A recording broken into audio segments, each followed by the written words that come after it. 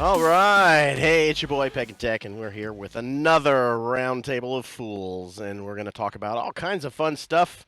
And so let's go ahead and start. Take it away, Tommy. Thank you very much. Thank you very much. And welcome everybody to Roundtable of Fools. This is, I believe, episode 3. Now, that does not indicate in any way, shape, or form that the four of us have only known each other for these 3 episodes.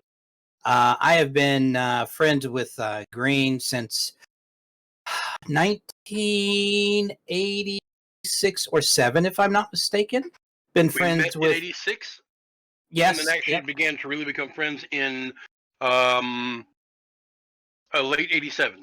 Yeah, that sounds right. And Peg and Tech, you and I have known each other since our early days of doing IT support at the internet company, which actually no longer exists. I think we started hanging around. I think we started hanging around back at the pit in what, 93, 94, 93? It was Burnt Mills days. Yes, Burnt Mills days. Yeah, so that would have been probably 93 or 90. Yeah, that sounds. It was 91. Yeah.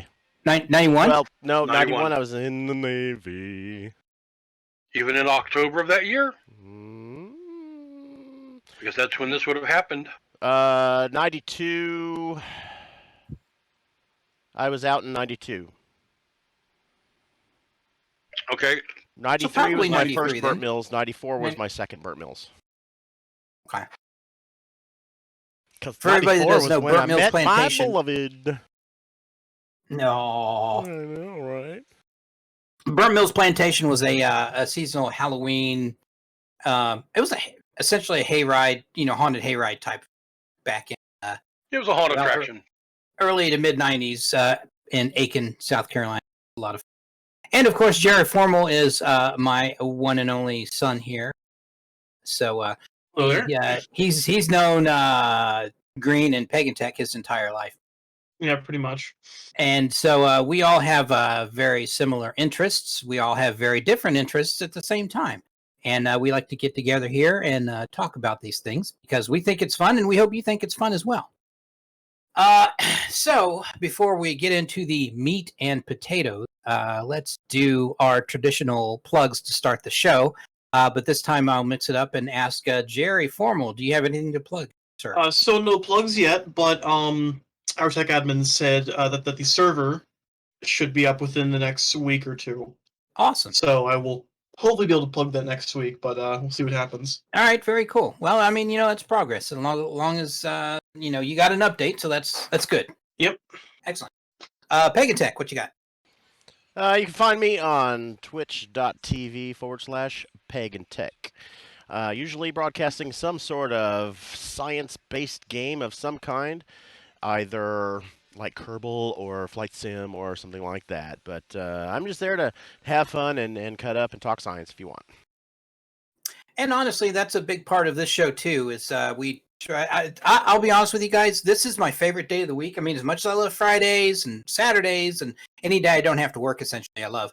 But I love this day particularly because I get to hang out with you guys. Get to just cut up and BS and have a good time. But anyway, Green Bear, what you got? Well, I'm going to be working on music again. I just found out, as you guys know, I had a recent neck injury, and I wasn't sure if I was going to be able to continue my drumming. Went down last night and found out that I can, and it's only had a minimum effect on my ability to use my hand for my drum. Lovely. So, yay! Excellent. That's good. Right. Yep. So already got one of my drums back in here, the one I've been playing. I'm going to start practicing. I'm going to be streaming practice sessions as well. Don't really have a schedule for that just yet, but I'm going to be doing all of my drums, probably like 1-hour streams for having, practicing this drum for 15, 20 minutes, practicing that one for 20 minutes, and so on, just simple rhythms. And again, just kind of a very spontaneous thing right now. Just very happy I can still play. Very happy with that. Yes, no, that is definitely a good thing. Well. But you'll find me streaming on Twitch at twitch.tv/TheGreenBear. And I'm in the process of trying to get my schedule solidified again. But yeah, variety streamer, played a lot of different things. I'm about to start really diving heavily back into Warframe as a regular stream again. There are some things in there that I want to get finished, and that much does it for me. Excellent.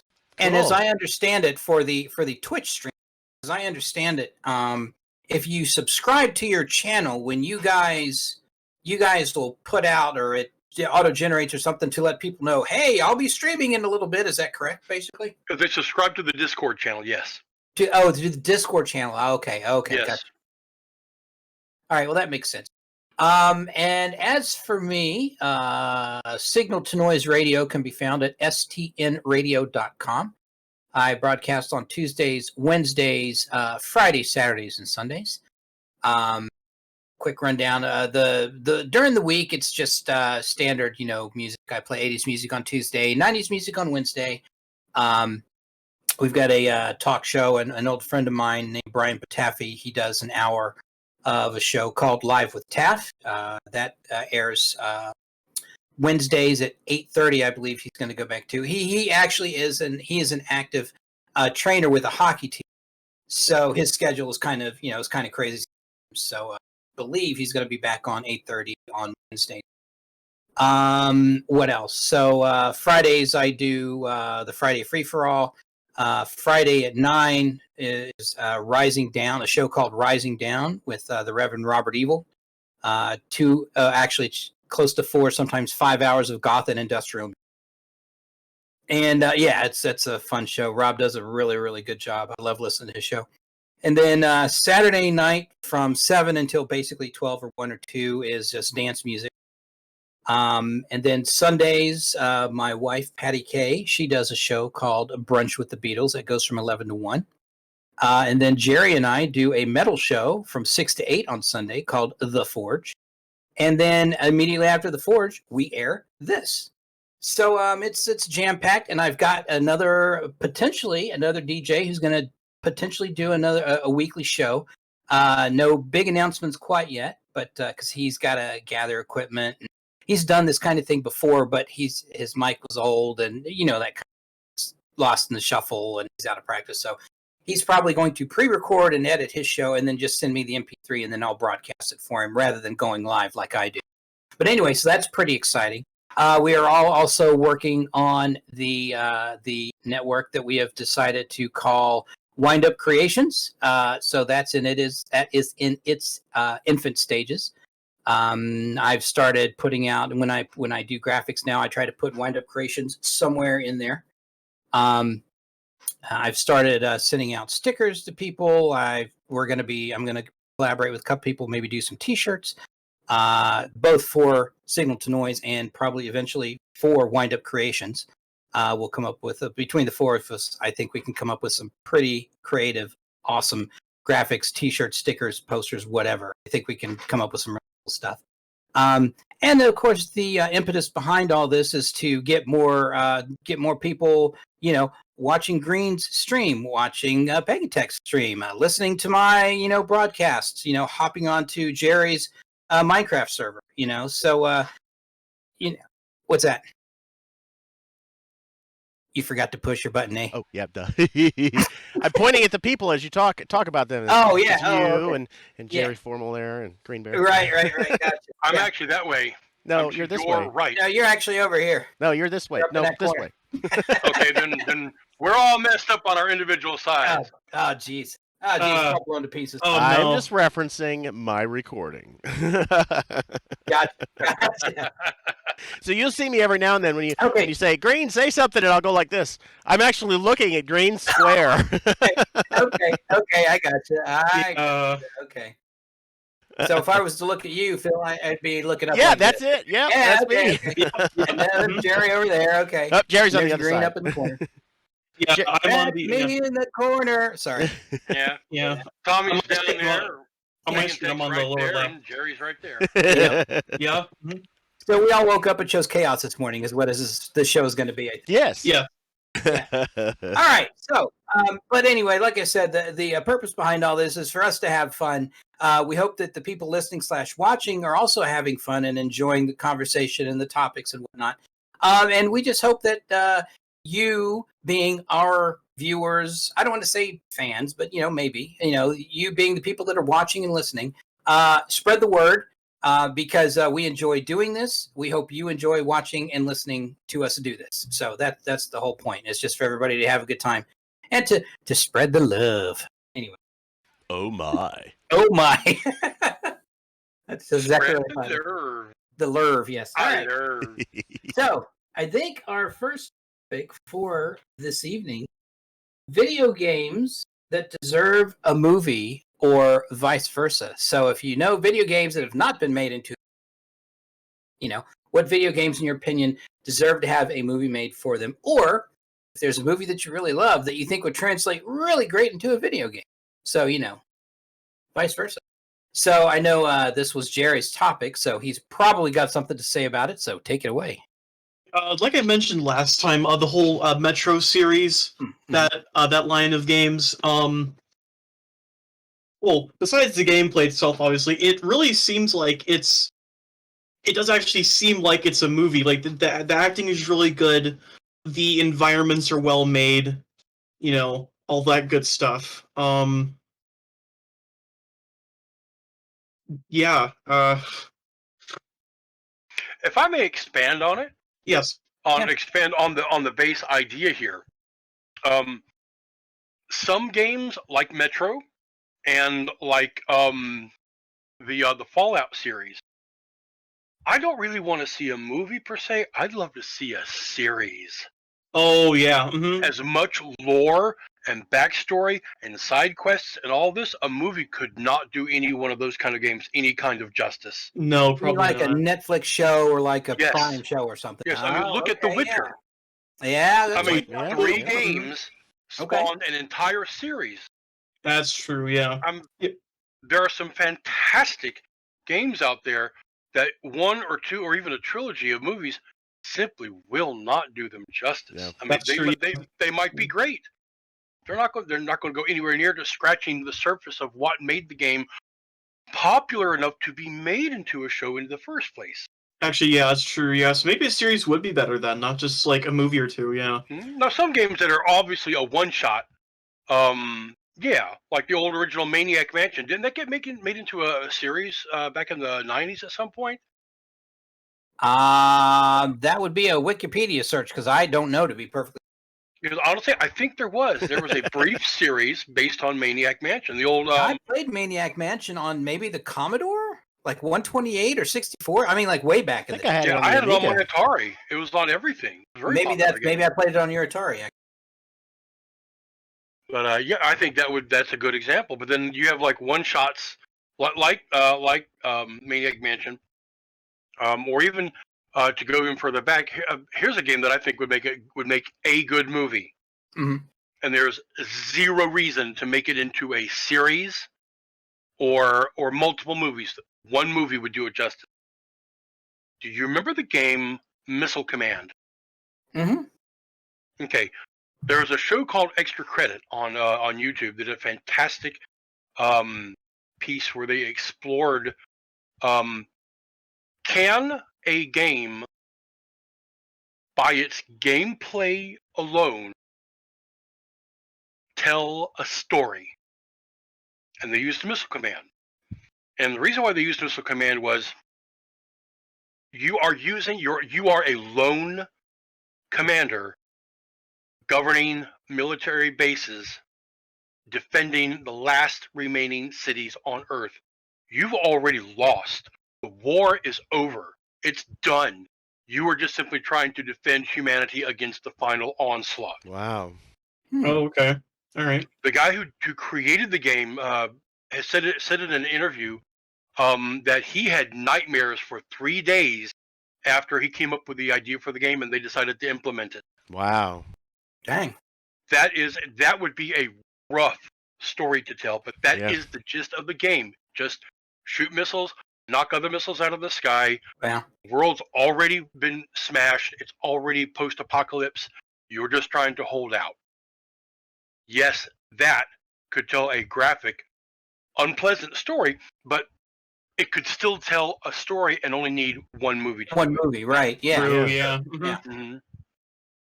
I'm kind of Now- mixed about video games going into movies. The reason is, video games. When I get into a video game, I'm almost telling my interaction with the game. I'm looking at my story. If I'm watching a movie or a series about it, that's somebody else's vision or experience within that game. And not to take anything away from that experience, but if it's a game that I hold dear to my heart, then I may be disappointed with it because it's not the same vision or experience that I had. Mhm. So I'm kind of mixed.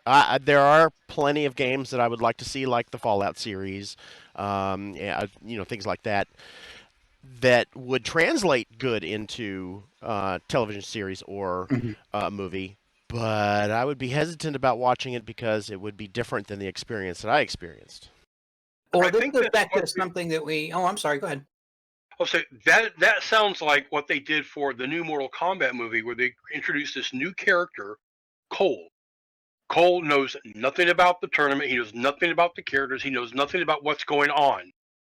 And we, the viewer, through him, experience the game world and its lore and what's happening, as opposed to just being thrown in with all these great characters that are awesome and so on and so forth.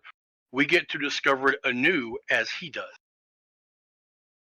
That's cool because then you're almost seeing the franchise and and the original existing characters from a different perspective, from a newbie's song. Almost And that like kinda- watching a stream. Almost. Profound Um, wizard. Yeah. Yes, and that kind of goes back to what we talked about a bit last week too. When you go to translate like a video game into a movie or a series, for example, like Green was saying about Mortal Kombat 2, they just basically threw out the lore that existed and just basically made a shitty movie, essentially. So, that is always my hesitation. Like, oh, I love this game, I love this franchise, I love this and that and the other thing. Oh, we're going to make a movie about it. Or, oh, we're going to make a series. And you're like, oh, damn. This is going to suck. I don't want it to suck. I hope it sucks. That's right. But like somebody said with The Witcher, The Witcher is now. I'll be honest. I have not played The Witcher game, Same. but the show is neither. fantastic. Show's fantastic. Yeah, I really like the show. I think they just finished up filming the set for the second season. I mean, it got delayed because of COVID, of course, like everything else. I believe they just finished up principal photography for the second season of The Witcher. So either the second, I think. Yeah, that's always my hesitation when, and the same holds true too. We've got this great video game franchise. Let's make a movie out of it. Oh man. Are they going to leave all the lore out? Is it going to suck? I don't want it to suck. Yeah. That kind of thing. But I know something else that reminded me too. Prime, Amazon Prime is making it's a Lord of the Rings series, but it takes place thousands of years before the events in the movies that we're off. Yes, it's touching on elements from the Silmarillion. Yes, exactly. And I think it's gonna. I hope it doesn't suck. I think it's gonna be good because they are basing it off of existing material, and that is one franchise. Well, I shouldn't say that. I was gonna say that is one franchise that they actually took great care with. So they took great care of the franchise with Lord of the Rings. With The Hobbit, not so much, which really irritated me. I thought Peter Jackson would do a better job of The Hobbit than he did, because The Hobbit is like my favorite story / book like ever. I've got it on. I've got the book on CD. I've listened to it about half a million times. I love it. But the movies were just. I mean, they weren't horrible, but they weren't. The story that was. It wasn't strictly the story that was told in the. Or in the book, I should say. That's another thing too. It was one book written for kids, a couple hundred pages, and they somehow, stretched 3 movies out of there. Yeah, they padded the hell out of it. I was reading, but anyway, I mean, if you look, if you watch the movies on their own merits, they're not bad. They're well done. But I mean, if you hold it up against the book. It's just, if you're a Tolkien fan, just not quite the same, not as good. I'm trying to think. Something else struck me too. Anybody think of another game to movie or movie to game pipeline that is just completely tanked and just shit the bed? Give me a moment. I'm sure we can think of something. Yeah. Was Resident Evil a video game? Yes. Yes. Resident Evil was a game first. It was a game first. Okay. Yes. And now I know Resident. Oh, go ahead, Jerry. Doom. Ah, there you go. That's a good one. Yeah, the Doom movie that released like a few years ago, that was nothing like the game at all. Um, That was another example of them throwing out the lore and just kind of putting what they've. Oh, we think it should go this way. that's exactly what I was going to say. Yeah. I wanted to see what's his name, like Doomslayer or something, Doom guy, not freaking Dwayne Johnson or something. Like, Yeah, I think it was The Rock. Which I'll be honest with you, I don't mind The Rock as an actor. He seems like a good guy. He's a decent actor. He's no worse than Stallone or Schwarzenegger or any other action heroes. Sticks to like Jumanji, dude. Like, Jumanji, those movies were actually the newer. Have any of you guys seen the newer Jumanji movies? Yes. I have not. I think we saw The two. one and We saw two. like the a while second back. one at the drive-in, Yeah. and it was entertaining. I thought. Yeah, the You know, new it's not gonna first win an one Oscar. and the new second one. Those were both hilarious. Entertaining, yeah, for sure. Yeah.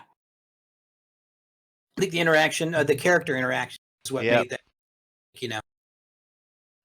yeah, Doom was a good one too, actually. I had forgotten that they made a Doom movie. See, that's another thing too. A lot of times these movies that they make out of video game franchises, they come and go so quickly. I never even think about it. Oh, Green just came up with something. Oh no. Oh boy. I see that look of pain.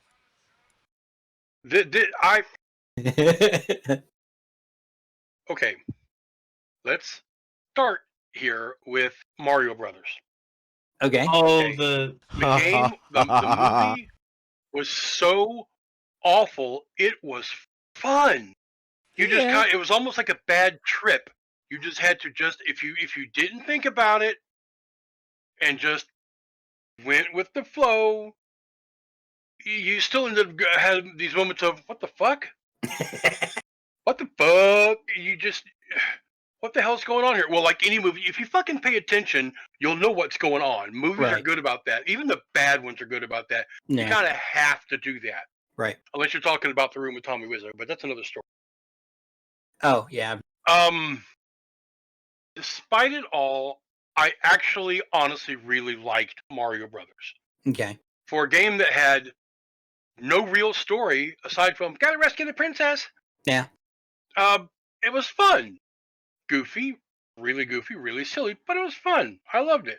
And Plenty then there level was of camp. oh Mm, yeah. yeah. Then there was Double Dragon, another movie based on a game that was a victim of its time. Yeah. But Street what's that? Fighter. Yeah, The Street Fighter movie.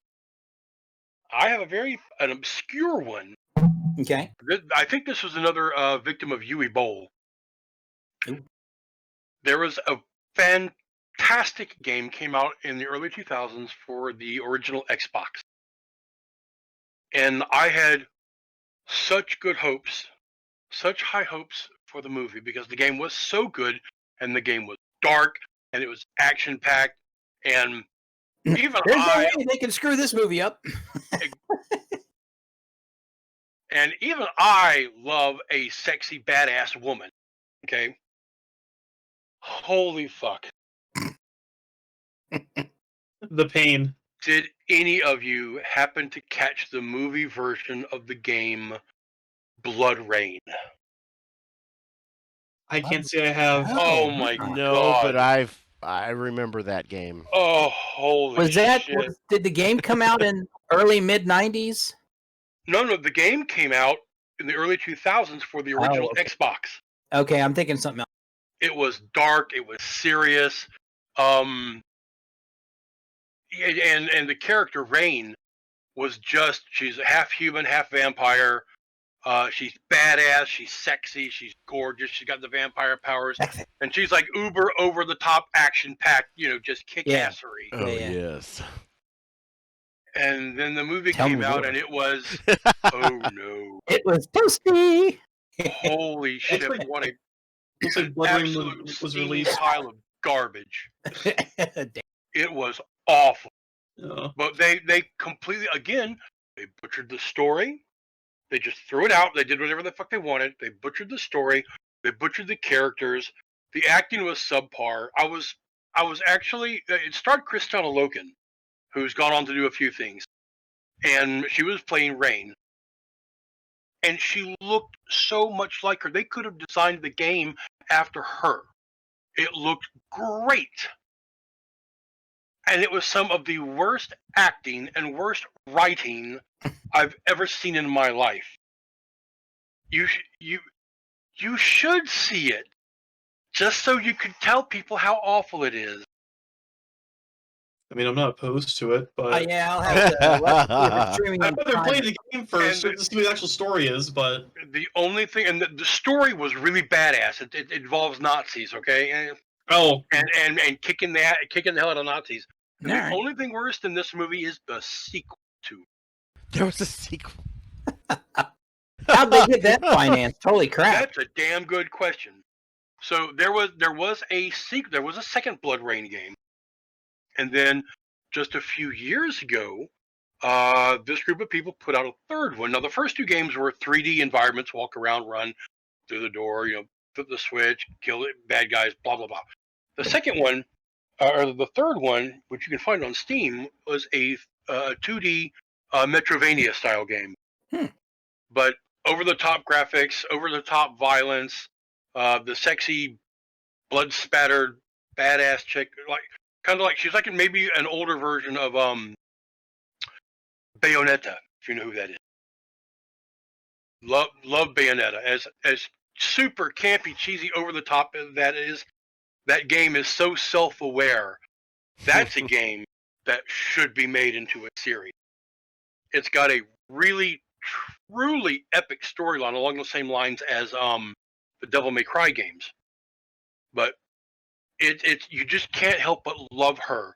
She is so naughty and dirty, Wow. and she's all kinds of sexies, and she's got huge tracts of land. But the character's a legitimate badass and a legitimate good guy. You can't help but root for her. Kind of like Nikki and Lil Nicky. Just you can't help but like the character. But, And speaking of huge tracts of land, here we would be pilloried if we did not mention Tomb Raider at some point. Oh yeah. Because there's been 50 different Tomb Raider games and I own them all. 3 movies, at least 2 movies, maybe 3 or 4. 4. I think I have one of them 4. actually. I think I have one of the Tomb Raider games. I don't remember which one though. You know what? They should have kept in Tomb Raider. And Yeah. the new Mortal Kombat movie has some fan service. There's things in there that players get frustrated by, and it happens to the actual characters in the movie. Oh, So cool. if you're a player, you'll watch the movie and go, "Oh, I fucking hate it when that happens." Little things like that. There was something that happened in the original Tomb Raider that happened all the damn time. And you'd be running, of course, you're playing Lara, and you're just kind of running through the cave, and you turn a corner, and boom! Run smack into a wall. And she would make this loud exhale, this whole loud, and kind of like stumble back a step or two. That was nowhere in the movie. It was funny, and it was in character. That should have made it into the. But instead, I liked them. I'm not knocking it. Yeah. But they spent a little too much time on, I think, in my opinion, on making it more of an action film. That is a game about exploration. Yeah. True. The original one. And then in the second game, they started throwing in more action because people were whining about it. There's no action. The action in the first game was when she comes across the Lost Valley and there's a goddamn T-Rex. Anybody who's played that game, especially when it came out, the moment that T-Rex roars and comes after you, you know exactly what I'm talking about. that alone could have carried that movie, but none of that. None of it. Or the part where you crawl down this little manhole in the bottom of a cave, and when you land beneath it, the camera pulls back, and you're actually on the top of a goddamn sphinx and a pyramid underground in a huge cavern. And there is this, oh my god, mind blown wow moment. It was the first game to go into that kind of Yeah. not in the movie. And I think that could have established Tomb Raider is another thing that should be a series should be a show series. I mean, honestly, that game and those movies are still relatively popular. I wouldn't be surprised if somebody picked up that IP and made it into a series. Because you're right, I think it would make a really great series, because then they could take the time. It wouldn't even need to be, the Lost Temple of the Week. They could actually take their time, and Laura Croft could explore and do detective work and do this and do that. And, one season could be the arc, of her finding the lost city of or whatever. That would be great. Other episodes would be really good for attacking SJW, eco awareness. Mm-hmm. Because I've been watching here lately on Disney Plus. They have a National Geographic channel. Oh yeah. And there's this one show that I love where they're taking not sonar, lidar. Yeah. They're going to South America, and live, or not live, they're recording it when it happens. They're discovering entire new cities today. Yeah. In South America and around the world. Underground. That and under on the surface. Under the foliage. Under the canopy. Yeah. Oh, okay. The lidar can remove the canopy and reveal the ground. Oh, right. You're right. And that would be a fantastic premise for new episodes. Not only the chance to bring awareness to like rainforest issues, but the history of given cultures around the world. I mean, that's an opportunity being missed. And there's enough people to make a channel based on that popular. A fucking video game on that very topic would bring in a lot of viewers. Emo, in my opinion. And I just think it's a missed opportunity. And I think Tomb Raider would be a great idea. So let's take this tack then. So tell me, one at a time or all together, a video game that you enjoy or have enjoyed in the past that you think would make a good video game, or a video game that would make a good movie that has not been made yet. So a video game franchise that you enjoy or have enjoyed previously that you think would make a good movie. Or a series, a movie or a series. First game that comes to mind for me is was actually released last year or the year before. I have not yet seen it, but I very much want to. I don't remember if it's on. I think it's Netflix. Castlevania, and it's getting good reviews. Oh, okay. That's a fantastic game series. I love them. There's not been a Wolfenstein movie or TV series yet, has there? I don't think so. No, but that would be. I mean, think about it. It's basically Nazis and zombies and zombie Nazis. The Walking Dead's been going for how many seasons? Like 10 seasons now. Yeah, but it started going downhill at some point. Yeah, well, yeah. I mean, they started to really deviate from the source material. Yeah. Yeah, I mean, I think the comics ended, did they not? I mean, I think Robert Kirk knows he's still putting out. That I'm aware of. That show, that thing's still going. Oh, there's several years worth of that comic, and the show barely has only scratched like the first 15, 20 issues. Yeah. But yeah, Jerry's right. The quality of those shows has now. I will admit though, I haven't watched a new episode of The Walking Dead in probably 4 or 5 seasons. So, maybe they're back up on the upswing. I don't know. I haven't seen it. But the Walking Dead would make a pretty cool video game, and I know they've made sort of video games out of them previously. Yeah, Telltale made their own versions of the video game or of the TV show. I didn't enjoy them as much though. I'm not much one for their system of game, I guess. Telltale games are good games, but they are different. Yes, they are different. I think The Walking Dead would be a cool. Well, I mean, it would be a cool atmosphere environment. That's what I was looking for like a Left 4 Dead 2 type of treatment. But I mean, basically, would have Left 4 Dead 2, only it's The Walking Dead. They would be with an essentially one IP and the same. attached to it, right? Exactly. There wouldn't be a whole lot of difference between the two, quite honestly. Left 4 Dead and, 3, The Walking Dead. The Walking Dead. Left for The Walking Dead. Oh, Exactly. jeez. Yeah. Yeah. Mm. And like as for me, and as you guys know, I mean, I enjoy video games, but I'm not as into them as you are. Like they made a World of Warcraft movie that was. I I enjoyed it. liked it. Yeah, I Yeah, enjoyed loved it. Yeah, Mhm, yeah. yeah. It wasn't And I'm terrible. not it a was WoW very fan. entertaining. Oh, I know. Yeah, you're not a big fantasy guy. I know. No, I'm Um, not knocking fantasy. I'm not saying I dislike it. Just really burnt out on it. Yeah, Mhm. In fact, it was Game of Thrones that made me realize why I was burnt out. And not going to go to a long story on that because it's simple.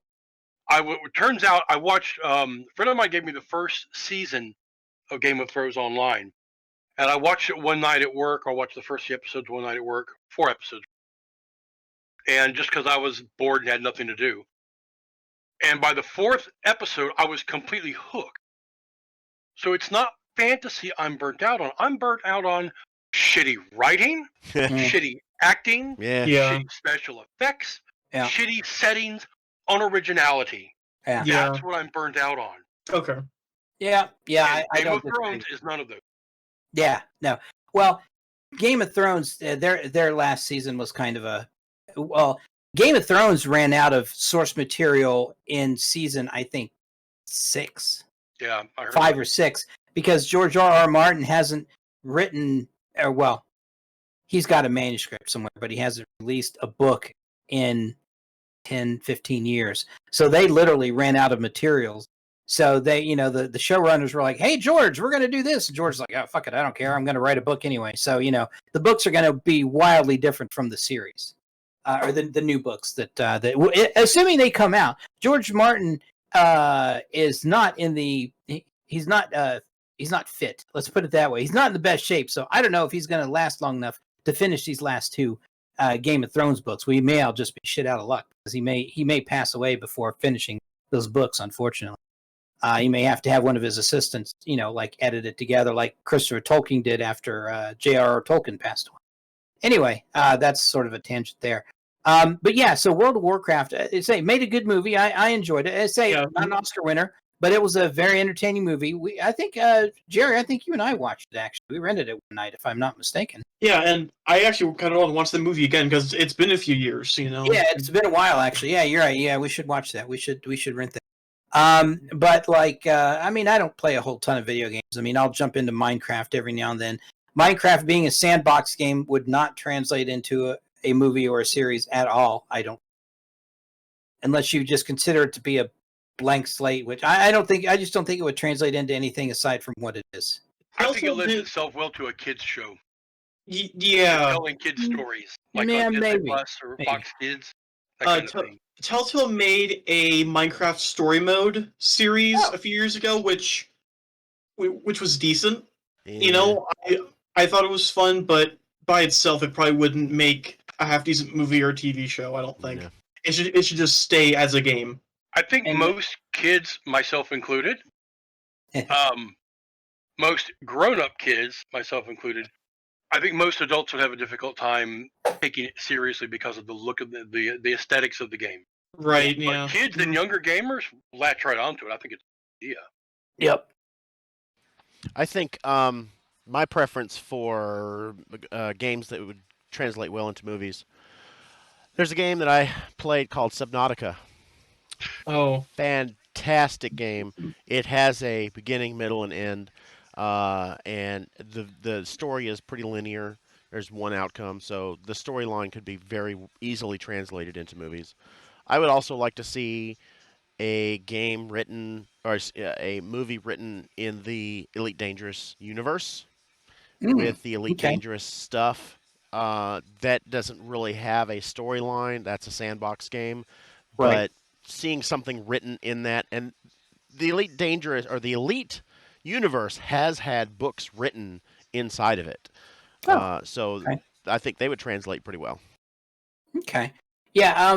Those sandbox games could go could go either way because like you said, there's really no story there, or there's no lore there. So, but at the same time, you could consider that a blank slate. You say, hey, I have this universe to play in. I have these companies that are established. I have these, bases that are established. I have, these ships that everybody knows. You could base a movie in that universe fairly easily and make the story almost whatever you want it to. Yeah, the world building is already done. You just Yeah. have to create your story and make it engaging. Same thing with No Man's Sky. Sandbox game once again, but Well, that actually has a story, and it's really fucked up. I've never actually, I've never actually completed the storyline. It's I never make that. I always lose interest. it'll mess with your head if you when you finish it, you'll be like, "What just happened?" I may have to, because I always choose the option to go off on your own and ignore, all that. So I've never completed the. Yeah, storyline, it's so definitely I'll worth have to do doing that. either side, and it definitely can be engaging just going off on your own, hundreds of, I mean, even thousands of hours just exploring and having fun. The storyline itself, the Yeah. Atlas storyline, I think it's the Artemis storyline, explains Yeah, Artemis. why you're there, Ah, okay. and it's a total, it's mind blowing when you get down to it. You're like, Okay. what just happened? All right. Well, maybe I'll have to give it a try the next time I have some spare time. Yeah. Something I Yeah. think that would be a neat angle for something like Elite Dangerous in particular. I mean, based on what games, I'm far too casual arcadey for games like Elite Dangerous. It tends to overwhelm me quickly, like Star Citizen as well. Yeah. I think something like either No Man's Sky or Elite Dangerous, especially Elite Dangerous, I think it would be really neat if you could make a show in that universe, especially these games that are really striving for degrees of scientific accuracy, and market it towards that demographic. I would like to see. I think it would be badass to have a show about characters going through space, and in the process, we somehow learn about that sun's gravity well reaches to blah blah blah destination, and we thinking maybe it's not far from collapsing upon itself, yada yada yada, without having to go into a lot of exposition. Something that this is going to be a stretch, but I hope you understand what I'm trying to say. Something that Epic Rap Battles of History and Schoolhouse Rock have in common was that they made you aware of some really cool fucking information out there. And they spurred kids to take an interest in science, in history, In government? math, all of that. Yes. Yeah. It would be neat if they could find a way to make a show achieve the same success. Yeah. Okay. Yeah. Like Doctor Who has inspired how many kids to learn about science? And Star Trek too, for that matter. Exactly. It would be Yeah, nice to yeah. see something like that done, set more realistically in the real universe. More current science. That spurred a thought. Pagan Tech, give me your opinion on this. How in your opinion, do you think The Expanse would translate into a video game? Interesting that Because you should let me- ask, because The Expanse Okay. originally started out as an RPG, tabletop RPG. They Ah, couldn't. They tried to market it, and the market was very small, and so they decided to start writing stories since they had built the universe, Yeah. the Expanse universe. They started writing stories in the Expanse universe, and it just started into the Expanse. But Expanse actually started as an RPG. Interesting. Okay. And Green, the reason I brought up the Expanse is because the Expanse is science fiction, but it's real space science fiction. So, it's not like in Star Wars and Star Trek where they just warp from place to place and Yeah, science they fantasy. come out of warp and they come out of warp and they I Yeah. mean, they have it's real like physics taking place. Well, not taking place, but you know what I mean. It's all based on real physics and science and stuff like that, which as much as I love my Star Trek and Star Wars and stuff like that, I really love that the Expanse is grounded, haha, in actual physics and science. I just Yeah, think that's super cool. that genre is called hard science fiction, Hard and science. it's really it's okay. You've got technology that is achievable. It's not wave your magic wand and writer your way out.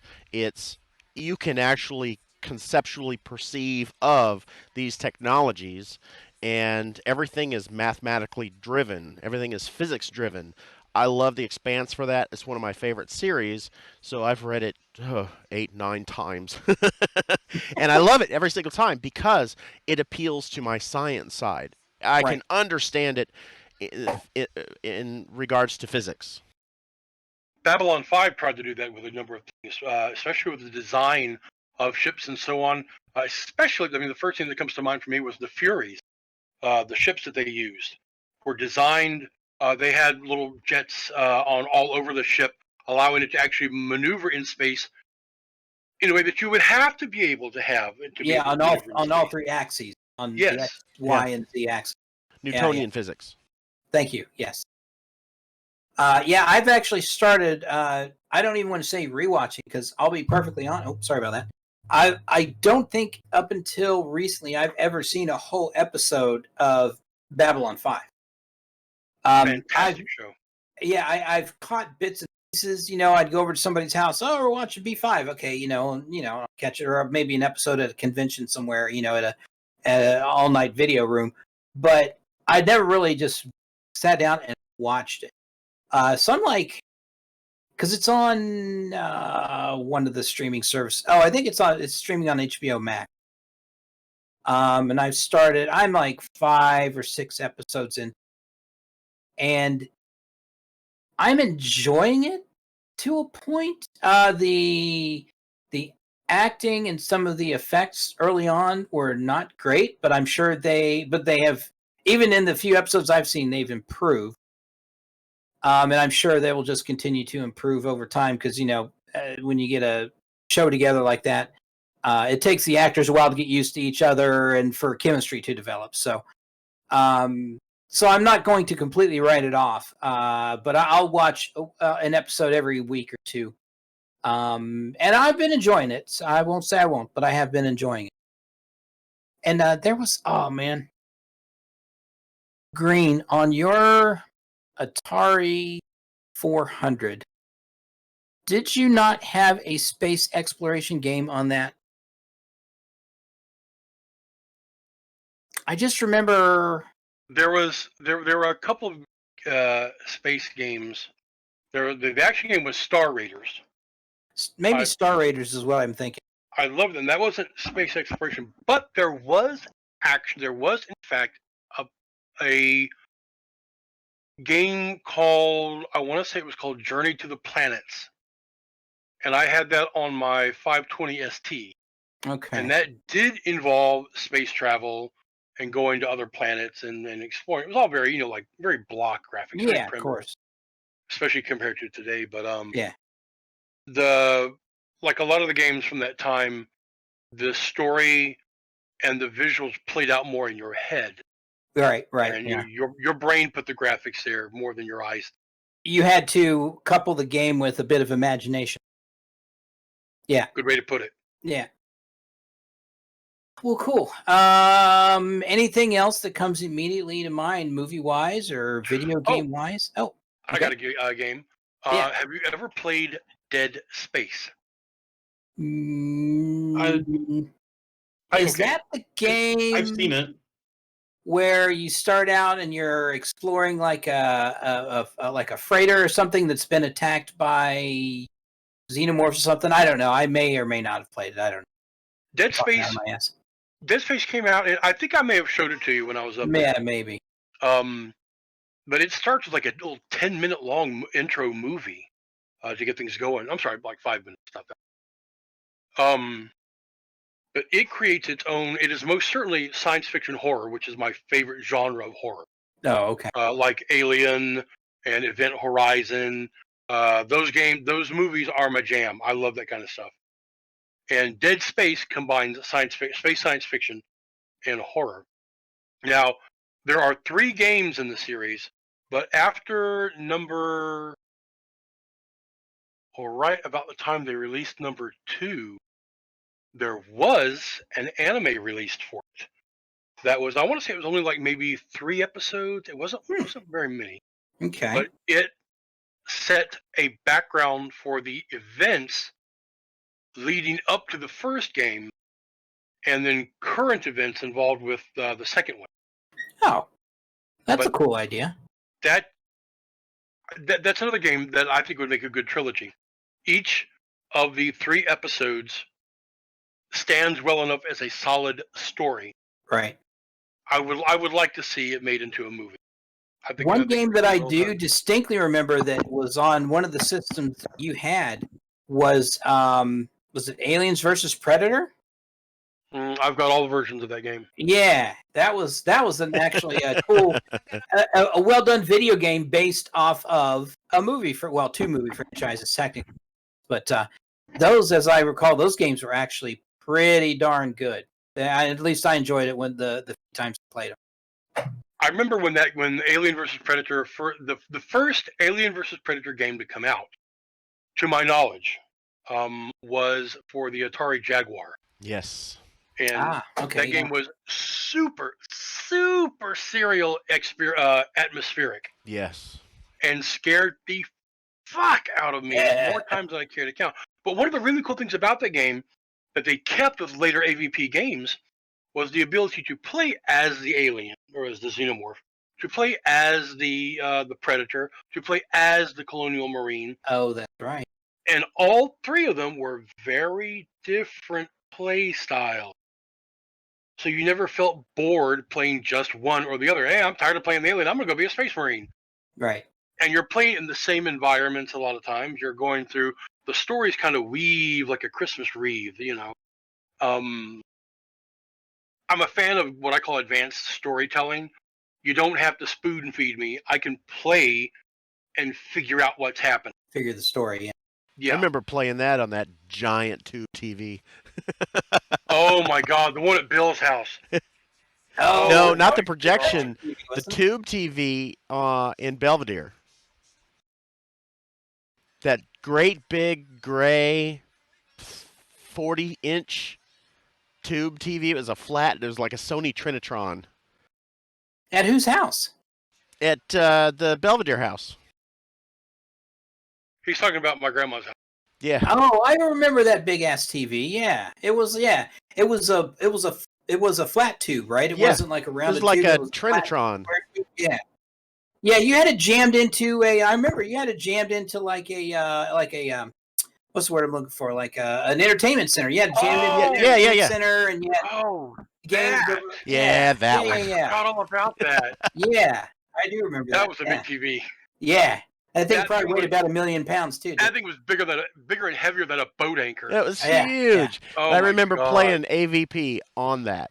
I remember. Yeah, now I remember that too. Yeah, because you called me to come over because you were so proud because you had the TV. You like shoehorned this TV into this entertainment center, and I you had totally like did. the games all stacked up, and all the systems on one side, and all the game CDs on the other side. And, I mean, it was an impressive setup. I got to tell you. Yeah. You Oh, called me man. specifically. It's like you got to come over and see this. That was awesome. Yeah. Yeah, I had like my PlayStation, my N64, my Saturn, my the Atari. I had one shelf that was all my hand systems. My Genesis and my Super NES all on the same shelf too. All my controllers were set up on front, and then I had a sound system above that with 2 big speakers on either side. I think that was And- the same time frame Ah, when we went to Blockbuster and we rented the Virtual Boy and played it on your kitchen table.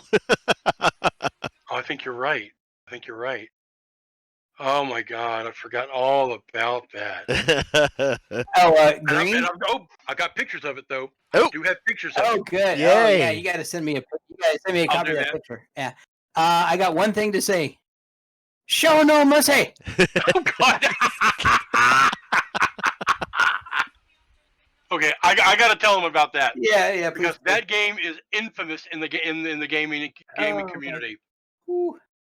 Can't tell by now. I am a bit of an Atari aficionado. No. Yeah. There was one year. It was the year following the release of the Jaguar, and me, Tommy. Am I pointing at you, Tommy? Yes, you are actually. Yeah. Okay. yeah. Me, Tommy, several friends of us. There was like 8 of us together renting a room for Dragon Con in Atlanta, and CVP was there for that too. Yep. Yes, In it fact, he was one of the people who picked up on saying that first, I think. was. Yeah. So at this time, Mortal Kombat was just riding the Huge, top of the yeah. wave of popularity. Huge. And so everybody was making their own Mortal Kombat. Well, I took my Jaguar with me, and at this time there was an early presence of an early beginning of the presence of video games at Dragon Con. Took my Jaguar with me, and I wanted to show off that I had a Jaguar. So we hook it up in our room, and there's a bunch of us getting all together playing. Well, Yeah. there was this god awful game called Sumi Ninja. This game even came with a black headband to tie on, and it had like a little black and red yin and yang. It said Kasumi Ninja, which is how their announcer spoke. You no go there. You choose fighter. That was Just so bad. really borderline racist. Yeah, I was gonna say. Caricature. Yeah, caricature. for Caricature. sure. There Yeah, you definitely. go. Yeah. So cheesy names. It looked cool until you actually played it. So in Mortal Kombat, there's the famous finish him.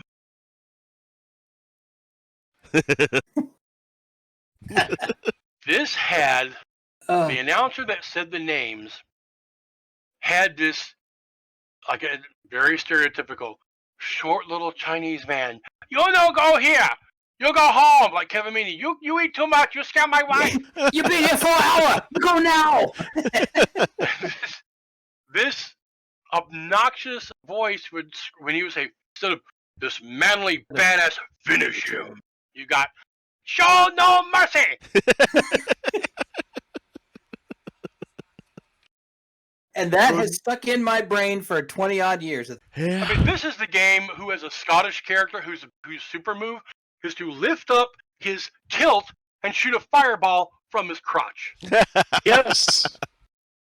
Yeah. And everybody Not that far from the truth, to remembered be honest. him. Yeah. But just show no mercy, and it's Show kind of no become mercy. a recurring joke over the years with a lot. With like this. Oh my god. Oh man. So later that night, the first time I heard Stevie P down on the floor, I heard someone go, "Show no mercy!" And I turned around, I was like, "Oh my God, it's Steve! We had that! Yay!" Oh my Oh God, man. That's great hilarious. Yeah. All right. Well, I think this is a good time for a break. We can get up and refresh ourselves and relieve ourselves, as it were. And why don't we meet back here in a few minutes? Deal. Sounds You good. good? Pagan? Tech, you good? Okay. All right. Yep, I'm good. And break. All right, cool.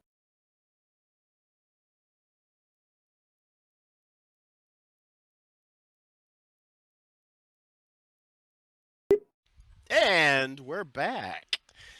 All right, Tommy, take it away.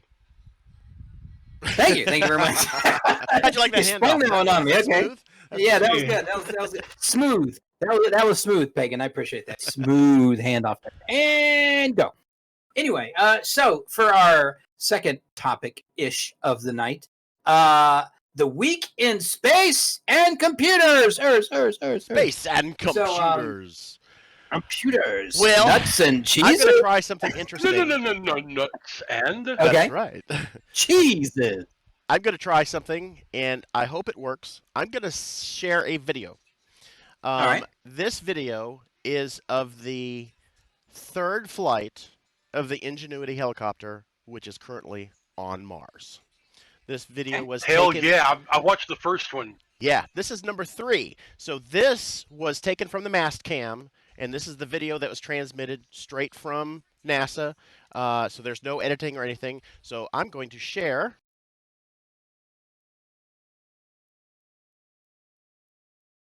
Dude, you can. Never mind. Yeah. You look super constipated for a moment there. Yeah, he did. Let's see here. And then I need to press this button. This won't do anything for my listeners, but that's okay. All right, here we go. Did that not work? I can Yeah. see it. It didn't. You need to press the play button.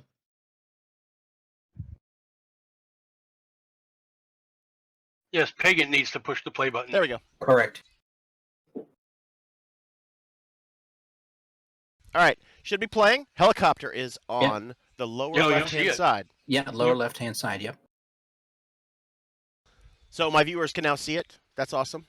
And it goes up and then cuts across. You'll see it cut across.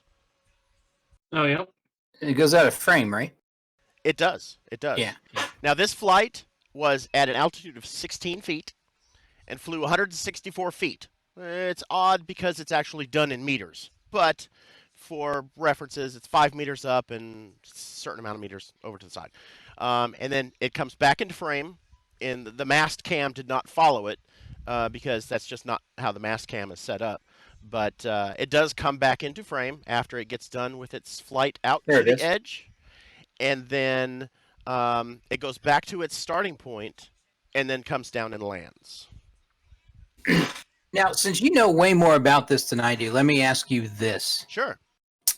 Did they do this as just proof of concept to say, hey, yes, we can fly a vehicle on Mars from X number of million miles away? Or is this little vehicle intended to do something there aside from just, hey, look, that's what we did. We flew a plane or we flew a small helicopter on Mars. This is 100% a proof of concept.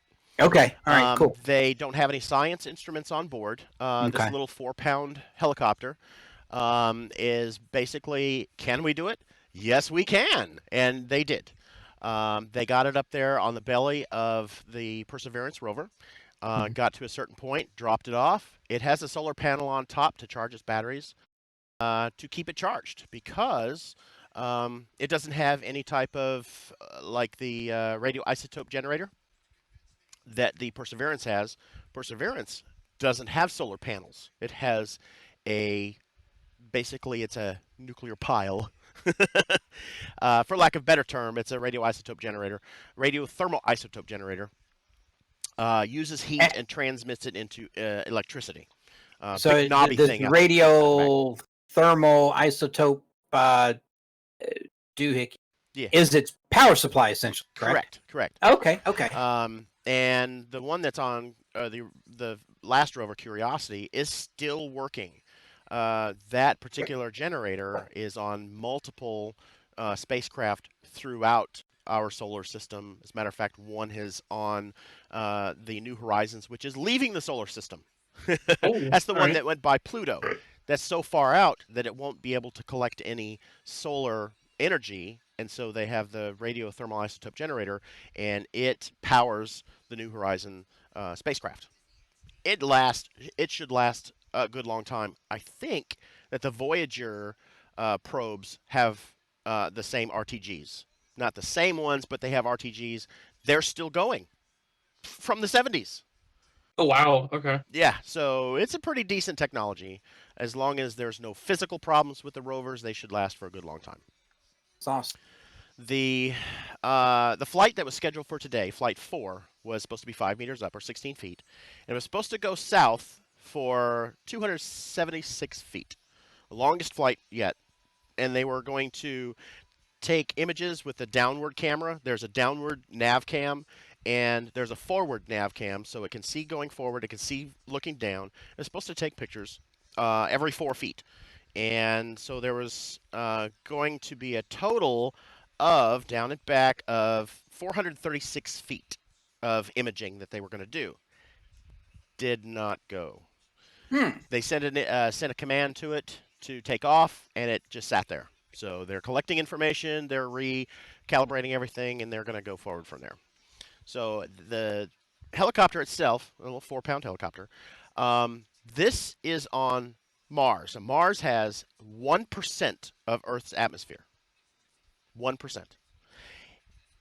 Fortunately, it has 33% gravity, a third of the Earth's gravity, so it's a little easier to get something up if you can get it off the ground. The helicopter spins at 2,500 RPMs, and the blades are much larger. They're like 2 or 3 times larger than a normal helicopter blade. And it uses counter-rotating props so that it doesn't have to have an extra tail or anything like that. Tail with the counter. Yep. So it's pretty cool. They're supposed to be increasing the speed to 4.5 miles an hour during the tests. So now this is if I remember correctly, you said that there is a actual scrap of probably linen from from the first Wright brothers plane is on board this little helicopter. Correct. It's a Awesome. small square of the fabric that was used in the wings of that the first Wright brothers flyer is on board this as well. I wonder, was it silk or was it? It may not. It probably wasn't silk. It was I probably think it was linen. just a fabric of some kind. I'm not Yeah, exactly sure. yeah. I think that the place where they're actually taking the helicopter off, doing the testing, is called Wright Field. Ah, okay. There, Well, that because would make sense. Yeah, they're yeah. taking yeah. off that. So that was pretty cool. That was pretty cool. Yeah, that's super cool. Yeah. So they're basically troubleshooting the helicopter now and rebooting Windows and doing that stuff to hopefully get it to where it'll fly. All Yeah, right. Well, that's they cool. did this when they first dropped it. Then they started sending information after they dropped it, it got powered on and everything. And they found that when they spun up the propellers the first time, before they did any flight tests, they spun up the propellers. There was an issue. They rewrote the program and sent it off and rewrote it up there. Dang. How long, I wonder, does it take for, like, let's say you rewrite a bit of code and send it there? I wonder how long it takes this data to get from the Earth to Mars to its destiny. I wonder how long that takes. There's it's not about a instantaneous. 16-minute lag. 16 minutes, okay. Yes. So the helicopter 'cause- itself is autonomous. There's no control over the helicopter at all. Ah, it has okay, to do everything on its own. Interesting. Because you always hear, like, I'll go back to The Expanse as an example. You know, they'll get an incoming transmission and they'll say, well, you know, how much, what was it called? How much lag time or how much delay is there? Because, like, if somebody is out in the solar system somewhere and somebody on Earth sends them a message, they get it on their little personal communicator, but it's not instantaneous. It takes that, you know, it takes that data, that information, time to get from point A to point B. So, that's really cool, though. 187,000 miles a second. And, I mean, from here to the moon is like, what, 4 seconds? It's actually 2 seconds, 4 seconds total round trip. Yeah, that sounds right. So, I mean, we're just limited by the speed of light until we can figure out another type of communication mechanism. Might deal with quantum entanglement, where you have 2 atoms that are entangled, or 2 subatomic particles that are entangled, and as long as they spin and change spins at the same time, that's Einstein's spooky action at a distance, because it does not follow the speed of light. Kind of weird stuff. Have you seen Interstellar? It's got Matthew McConaughey in it. Yeah. Yeah, they send these ships out to these various solar systems looking for Earth 2, essentially. First of all, it's a fantastic movie, but I love the part where they get close to this black hole. Oh, Or there's yes. one of the planets they want to check out is near a black hole. Mhm. So they send the explorer ship down to the surface, and X, Y, and Z happens. I don't want to spoil it for anybody, but they get back up to the ship eventually. For the people that went down to the surface of the planet, it's been for 6 hours or something like that. But because of the time dilation, because of the gravity that is being produced by that black hole, the poor guy that stayed up on the main orbiter, it has been 20 years. He had been sitting there for 20 years waiting for them to come back. But Yep. for them, it was like 6 hours or something. Yeah.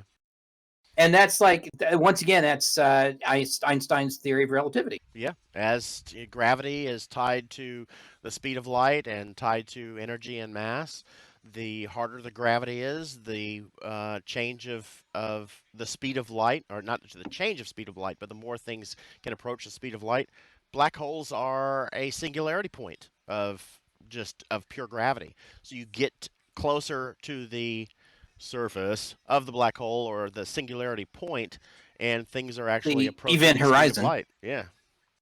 Yeah, the event horizon. That's horizon. the point where things are traveling at the speed of light. We don't know what's Good movie, past by the the way. event horizon. Event Horizon, yeah, another great sci-fi Yes. for sure. Yeah, Very that's cool a good one. stuff. Cool. Another So, another example of a movie that uses practical effects beautifully. Yes, yeah, for sure. Yep. Going back again, revisiting last week's episode for sure. That's right. All right. So let's see. We wanted to go with Starship SN-15, serial number 15. We had 2 test fires this week. 2 test fires within 24 hours. And so far, from everything we're hearing, it's looking good for a potential hop coming up very shortly. This is generation SpaceX or NASA? 2 or 3, depending on how you're counting, of the Starship. We've got upgraded Raptor engines, upgraded plumbing, upgraded tank structures, all kinds of new upgrades that are in the Starship, and we're hoping to have a successful landing, not a partially successful landing, or a rapidly unscheduled disassembly. right. Well, and Is it SpaceX or NASA? right. Oh, SpaceX. That's all Space- SpaceX. There's Thought so. I have a friend of mine that works at SpaceX. they're doing some fantastic stuff. SpaceX and NASA or ULA kind of do 2 things, or do the same thing, but radically different. ULA is the primary contractor for NASA, and they do things very methodically and plan before they even push anything to production. SpaceX is the other way. They'll push something to production, find out how it fails, and then go back to the drawing board, push something out to production and see how it fails, and then say, "I learned from that." I love it. Science. Yeah. Yeah. Science is a bunch of failures with a success at the top. It's not the fall that gets you; it's that that abrupt stop at the end. Rapid unscheduled disassembly.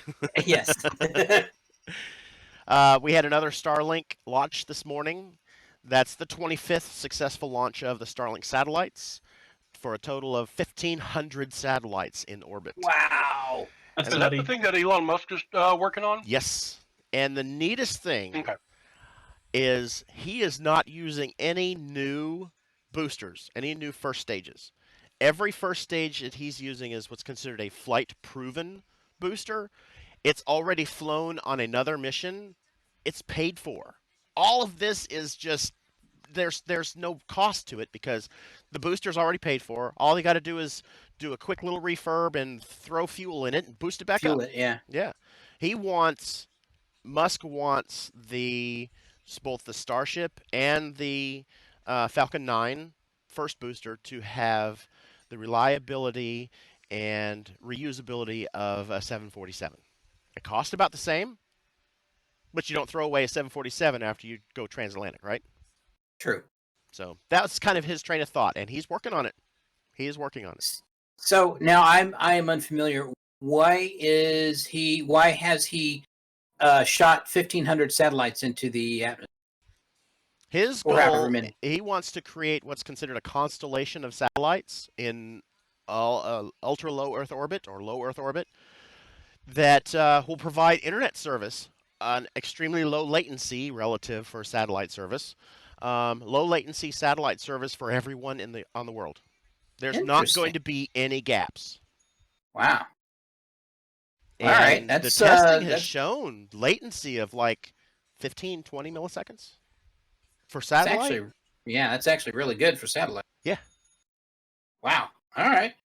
Well, that would be that's ambitious, but I mean, the man's got more money than he knows what to do with. And he's doing Might it. as well put it to good use. Once he Yeah. gets everything up there, and he's also said this is his goal for the Starlink, which is the satellite service. Once he gets everything up there, it's all going to be profit that goes into the Starship systems, that goes into his extraplanetary goals. So he wants to Okay. generate this income, so he's not throwing money into the Starship systems. That this money is going paid for this system. That's awesome. So I think that's great. Yeah. I love it. No, that's super cool. Yeah, definitely. So, ready for computer news? Computer news. Any- Yes. any Computer questions news. on space stuff? News. Space stuff? I- Questions? No, I think that was a thorough update, and I loved the little video. Yeah, cool. Cool. Yeah. Again, the folks that might be listening to this won't be able to see it, but I mean, you can go to YouTube and look up the clip yourself. I Yeah. mean, it's right there on YouTube. It Just is. look up the NASA channel. It's going to be. So if we're all to be on this flight trip together, we need snacks. Would anybody like some of my nuts? Ooh, let me see. It was your only a matter of nuts. time before. I've got before, nuts and raisins. I think I'll pass then.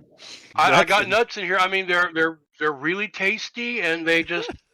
I love the taste of nuts in my mouth. Are they I salty? mean, it was only a matter of time before Green brought out his nuts. It was only a matter. Are they salty nuts? Yeah, I just love showing people my nuts. They're so good, and they're good for you. Oh yeah. Okay, I'll joke take your word done. on that. Yeah. Salty, Okay. though, that's the question. So, computer news. The question Yes, that's on computer news. everybody's mind: can I buy a graphics card yet? Short answer is no. The short answer is indeed no. The long answer is no.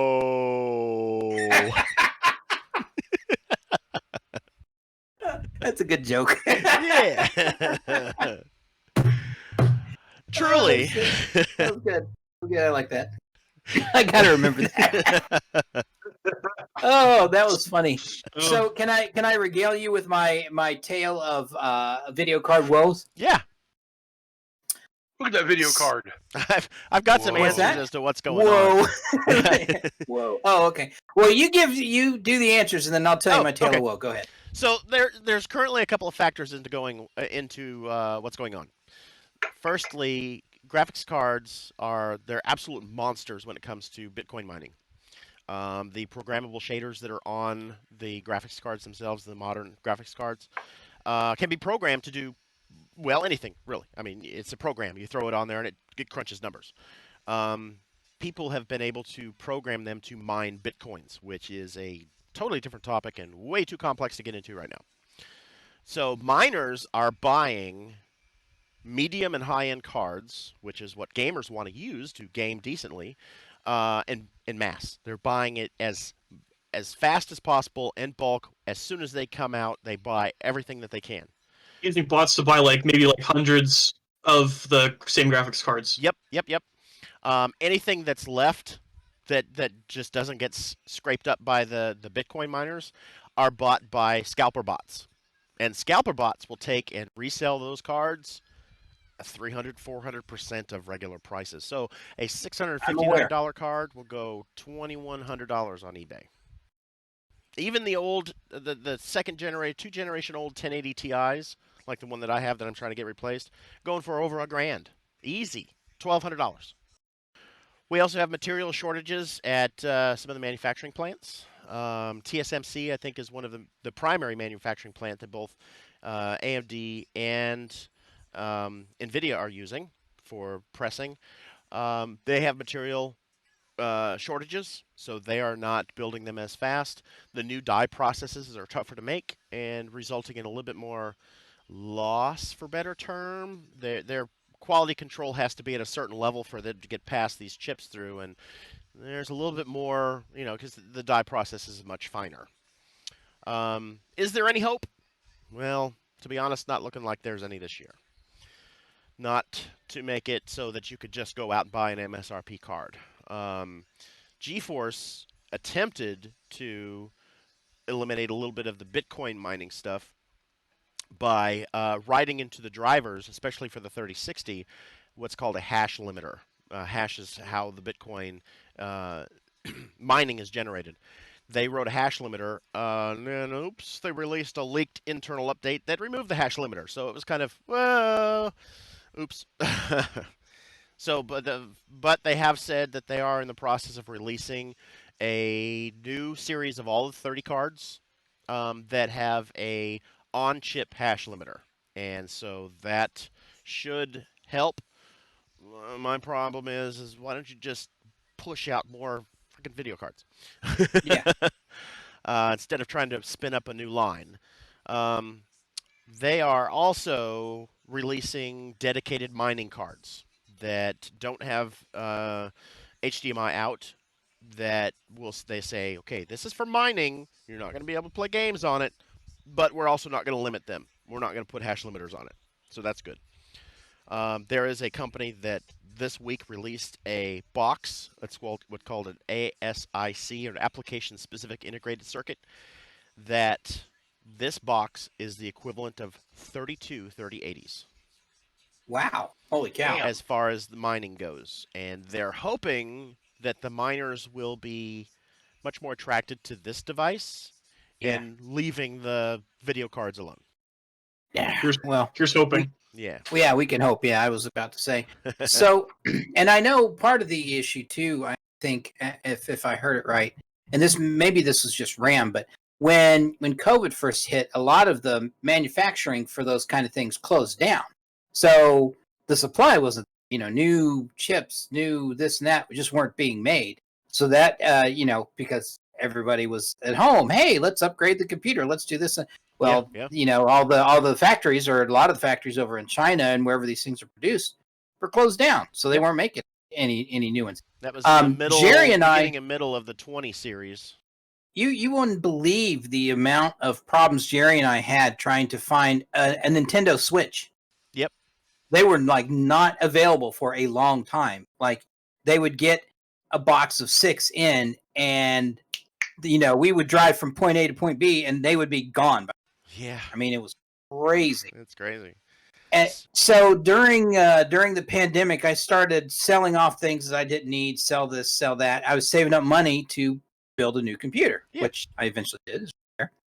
And what I would do is I would hit Newegg, I would hit Amazon, I would hit there's a place in Cleveland called Micro Center. They sell computer. I would hit these places and see, where the prices of RAM were, and motherboards, and this and that, and just start trying to plan out, And I asked your advice several times on what to get, what not to get. Sure. So, well, that kind of leads me to my next topic, which is what can a person do about video cards? Not much, really, because you're going to be battling scalper bots and the rest of humanity trying to get a video card, including me. What can you do? You can buy at scalper prices. Wait until some stock comes in and be lucky when you see it. Join the Newegg raffle, which populates once a day, usually about 1 o'clock Eastern. You can follow some bots on Twitter. There's a couple of bots that will post specifically for gamers looking for equipment. The downside to it is they also post everything that people are looking for, like Pokemon and Switches and Xboxes and PS5s and things like that. So it's like, I just want a video card. I don't want to hear about Pokemon anymore. Yeah, so you have to wait through everything else to find what you want. Yes. Or you can make your own bot, like I did. Oh, really? I'm not going to tell anyone how I did it until I get my own card. So Nick. Well, you know what? When I finally saved up the money and we drove up to Cleveland to go, because I love buying my computer parts in person. I prefer to do that as opposed to ordering them online. You get it, something wrong with it, you got to ship it back, then you got to wait, then you get it. Just I'd rather just drive there, get the stuff in person. So what we did is we drove up to Cleveland one morning. Let's think Saturday morning. They had this big wad of cash because it was all cash, and picked out everything I wanted. Talked to the sales guy there, got everything we needed. And we were asking about video cards. It's like, well, I was hoping to upgrade mine. Jerry wanted to upgrade his. Jerry actually needed an upgrade worse than I did. But the guy was like, yeah, he said, they get their shipments in on Thursdays or something like that. And every Thursday, there's a line down the sidewalk of all these scalpers. They'll walk in and buy 6, 8, 10 of these cards, and then they're gone. Yeah. We got lucky that morning because when we got there, we didn't get there super early, but they actually had a few mid-tier cards left. Wow. Yeah, so we were lucky. I was like, what, I'll just build the rest of the computer, because really I needed to upgrade my computer so I'd have more threads to handle everything that was going on with the radio station. You got the mixer, you got you got the broadcaster, you got all this stuff going on, right? I needed the extra threads. Jerry just needed a better video card because he got the guts of my old computer.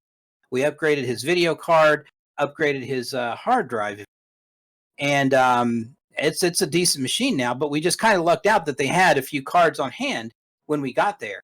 By the way, not to gloat, 1660 for $325. Yeah, So, yeah. That's good. That's good. That was an MSI, right?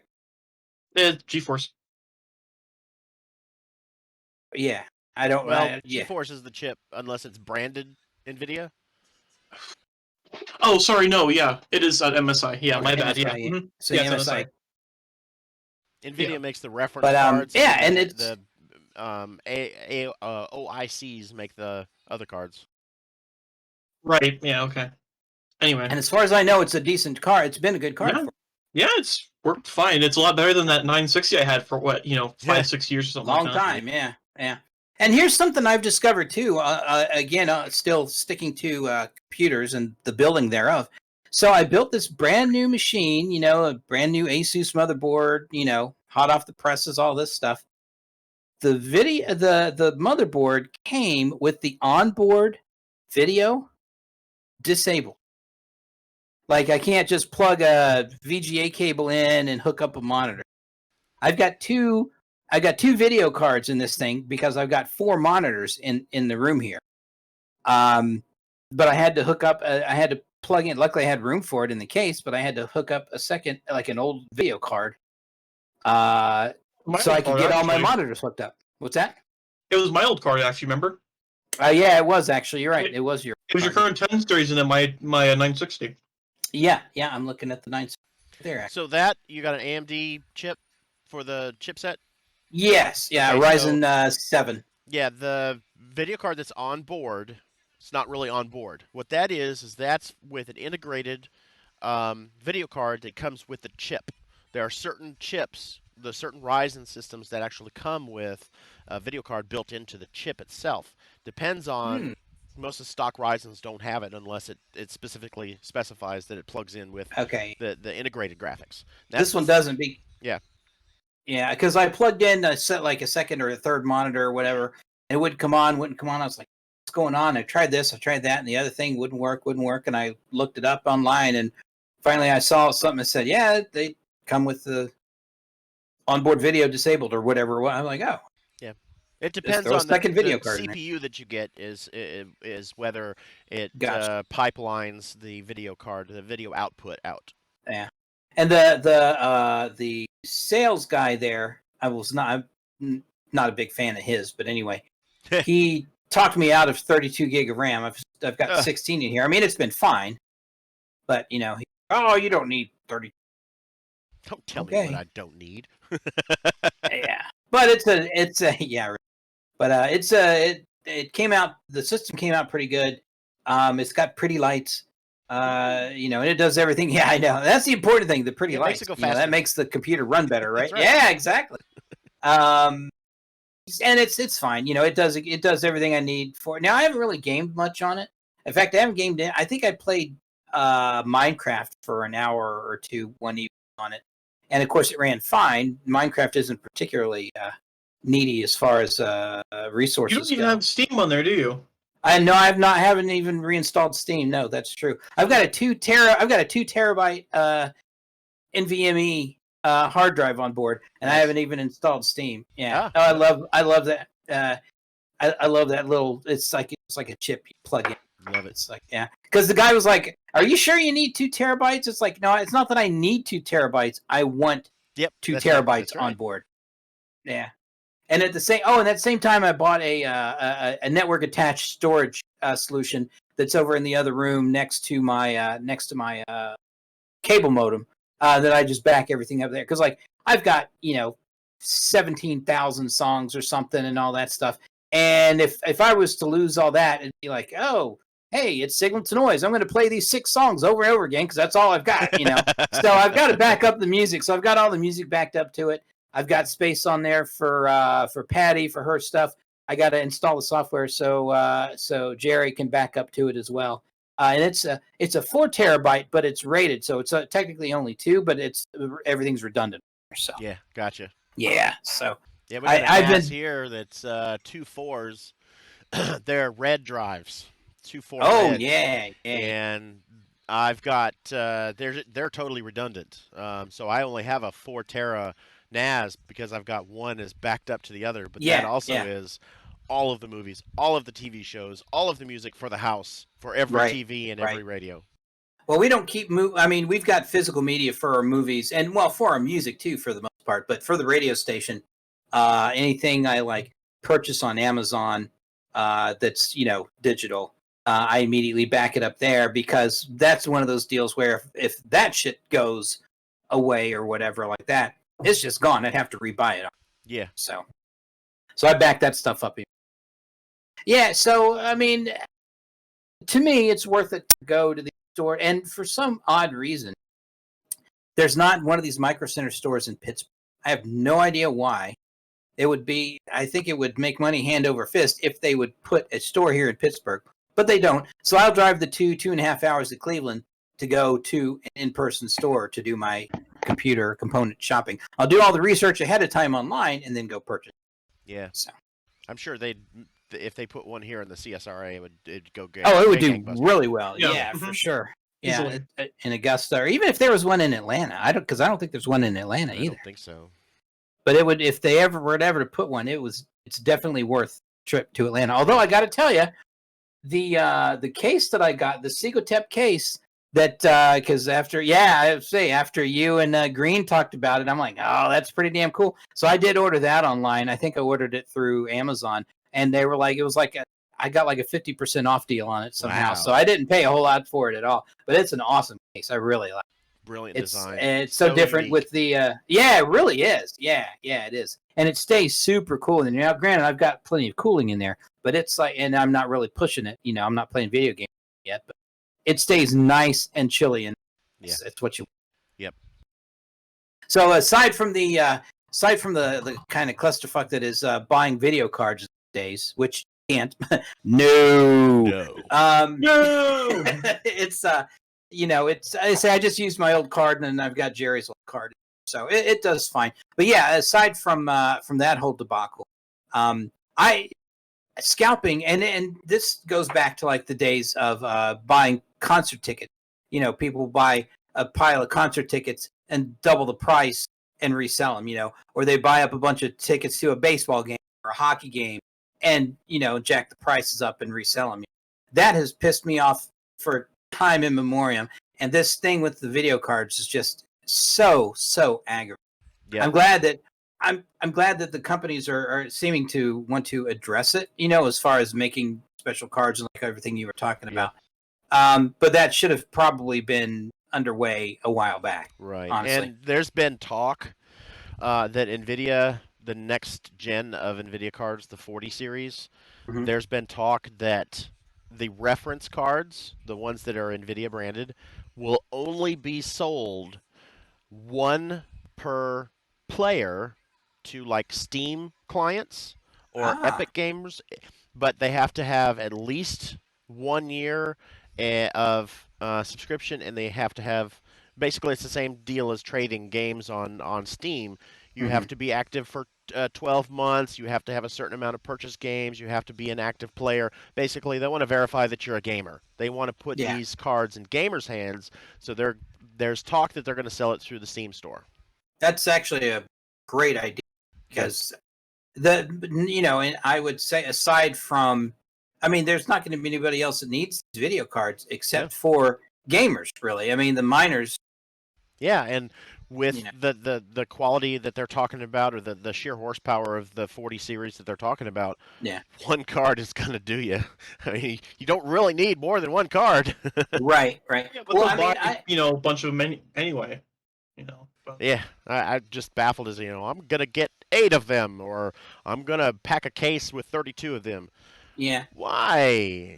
Let the gamers have them. Come on. So I don't think, no, this may not be a thing anymore. If video cards, you don't need like that physical connection on video cards to do SLI anymore, right? A lot of motherboards will do SLI natively now. Is that correct? No. No. Their SLI used to be kind of a thing because it would alternate rendering frames as it rendered, but the chips themselves now with the 20s and the 30 series just are so powerful you don't even need Not SLI. really necessary. Right. Okay. I think that DirectX 12 was going to address multi-graphics cards in systems and work with that across the motherboard, but as far as SLI goes, I think NVIDIA's trying to kill it.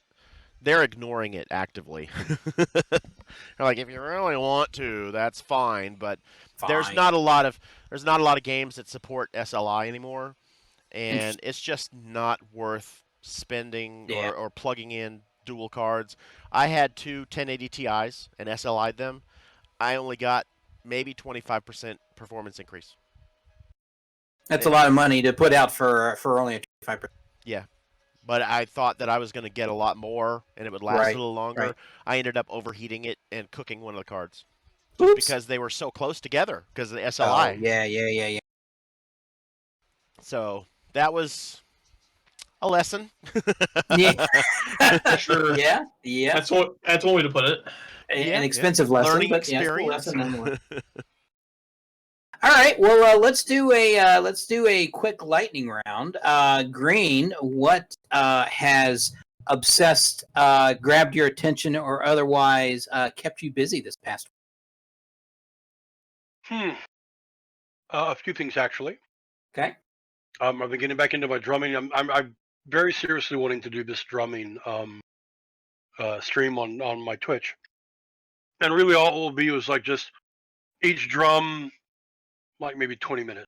I don't want to make it a terribly long stream, but I've been doing a lot of chat lately, and I have had people ask me, people who know me, who know that I drum, have taken an interest in it. Last night I was watching all kinds of videos about the handpan, and so I've been getting ready to pull that out. In fact, there's a film shoot in Trenton this weekend that I'm going to try to make it to, and I'm going to take my drums with me to that. But yeah, the drumming, and there's an element of Warframe that I'd completely forgotten about, and I've been pursuing completing it. It's a big thing. Only about 1% of the entire player base for this game is level 30, or what's called mastery rank level 30. I'm level 29 and a half. Oh, almost there. Yeah, I'm not far behind. And there are some serious perks that come with being that mastery rank. No, I say serious, not like game breaking or overpowering, but some nice little nod of the head and a thank you from the development team. You made this level. You really are a devoted player. Very cool. So I would imagine as you getting back to your drumming, as you drum, your hand will start to remember what it needs to do, and more practice, it'll get back into shape. So there are some. Just because there are some techniques that if I'm playing the djembe, if I'm playing flat-handed, normally if I'm doing Middle Eastern, I have the drum on my side, so I'm playing like this. If I'm playing flat, mainly African rhythms, I'm playing flat like this. I mean, there are some hand techniques that I have to do with my left hand when I'm playing that way, and I tried to do them last night, and that took some effort. So you're right. I think as I practice, it was like the hand tried to do it, but just couldn't. Yeah. A lot of that is muscle memory, and a lot of that is, just left over from your injury. I would imagine, because Yeah. I mean, you know, I feel like I've got particularly having to maybe- switch back and forth between the two is Yeah. going to be difficult. I think I've got about 35-40% of my strength in my left hand, Okay. on my left arm. The I can do this. I can do this. Yeah. You know what Okay. might help? One of those squeezy, like stress ball type things, to sort of build up the Yeah. musculature back in your hand there. Yeah. Now, if I don't have to curve my fingers, I can do that. Yeah. But I need to be able to curve my fingers and use my tips. That's why I actually have my fingernails grown out a little bit. What I tell people is this, and this is 3 different sets of sound. Mm-hmm. And when I'm playing like this, my fingernails Yeah. allow me to get a different set of sounds. So I have them out a little bit on both hands. But you're right. After about an hour last night of playing, I was down at the Highlander. After about an hour, I could feel the exercise, Yeah. but I could feel the ache as well. So it's Yeah, for definitely going to sure. take some practice getting back to Yeah, definitely. Well, like I said, the more you practice, the better. The more it'll come back to you. And all that stuff. All right, Jerry, what is grabbing your interest? I've been getting back into modded Minecraft recently. Actually, not like not making mods for the game, but like exploring the hundreds of different mods that Yeah. people have just made for it. Ones that add more dimensions, more blocks, different types of armor, more mobs, all that kind of crazy stuff. I've been experimenting with different combinations of mods and all that kind of stuff. Awesome. It's vanilla Minecraft itself is great. Great game, been built on for 10 years now, but but modding it just makes it so much more fun. More fun, right? Exactly. Something different to do. There are certain mod packs or just mods that focus on more exploration than settling down and building a large castle. Yeah. Well, So, I think my favorite mods that I've seen, because I've played on and off for a good, not as much as you, but I've played on and off for a while. I think my favorite mod packs are the ones that give the whole world a different look, like smooth out the blocks or make it. Just those are the ones that change, the style of the world. I think those are. ray Yeah. tracing. Oh yeah, What's ray tracing tracing. Oh, yeah. on the RTX cards. For the Windows 10 edition. I wanna don't do need that, but okay. Yeah, I prefer to stick to Optifine in their shaders because that's more accessible. It's And- pretty. It is, yeah. I want to do it. It's pretty. I've Let done me, some let me throw pretty out a- wacky things with Minecraft and shaders. Yeah. Let me throw out a question for you PC gamers. Cyberpunk 2077. Would it be worth purchasing and playing at this point? Because I've heard, and these are just I've read online, like on Reddit or what, that there are a good many still some bugs, still some rough patches in the game. Would it be worth purchasing now, or should I just wait for another update? And anybody can answer. I don't because I. Well, I was fortunate to know somebody who gifted it to me. Nice. Thank you, Green. It was a birthday present, and it was absolutely wonderful. As soon as it was released, I sat down and I played the hell out of it. I finished the game, and it was wonderful. I had a blast. I didn't try any of the sundry, the side quests. I played the main quest. I was very strict in making the main quest my goal, and went through it. It was totally enjoyable. I had a blast. It's just like any other damn game. It's going to have bugs. Right. To me, they weren't game breaking, but I Same. had low expectations. I mean, is that really the way I would term it? I don't know. Yeah. I knew that it had problems, so I wasn't looking for problems. I was looking for fun, and Yeah. fun I had. Okay. And that's how I approached it. I had a blast all the way to the end. Okay. I mean, because honestly, that's all I'm looking for in a game is, if it's fun, because I love the cyberpunk world. I mean, played the RPG back in the day, and we played the hell out of the RPG back in the day. But that's all I'm looking for is some fun. I say I haven't really been doing a whole lot of gaming lately because of the radio station. But I think if I want to get back into gaming and reinstall Steam, that I think I may purchase Cyberpunk. I think it was worth it. I definitely Okay. did. I had a blast. It has replay value because once I was finished with it, I was going to start again and get into the side quests. But that's Okay. when I was starting to investigate this problem with my video card. Found out Oh that yeah. it's not Cyberpunk that was giving me issues. I thought it was Cyberpunk that was giving me issues and causing it. And it was like, oh, it's a bug in Cyberpunk. Well, it's also occurring in other games that are using that DirectX 11 layer. The extended memory calls that it was calling that particular failure occurs in multiple games for me. So it wasn't Cyberpunk it was having issues. So I am not playing it right now. I want to do just basically all side quests. I don't want to do the main storyline. I just want to Right. exist in the universe, just have fun. But it's very hard because the game crashes. Well, I mean, it's kind of open world, is it not? Yep, it Sort is. of wander Yep. around and drive around and cause trouble or whatever. Yeah, I have absolute blast when I'm in there. The game world seems to be pretty well thought out. The places that I was at, it's a fun game if Yeah. I'm not looking for problems. All right. And so it is very worth it to me just to explore and have fun and do pickup missions or side missions or stumble across a holdup in progress and take care of it. Find out which side I want to take that particular time. But Yeah. Cool. as far as that goes, I just couldn't do it anymore because of my graphics card problem, not the game, not the game. Gotcha. Okay.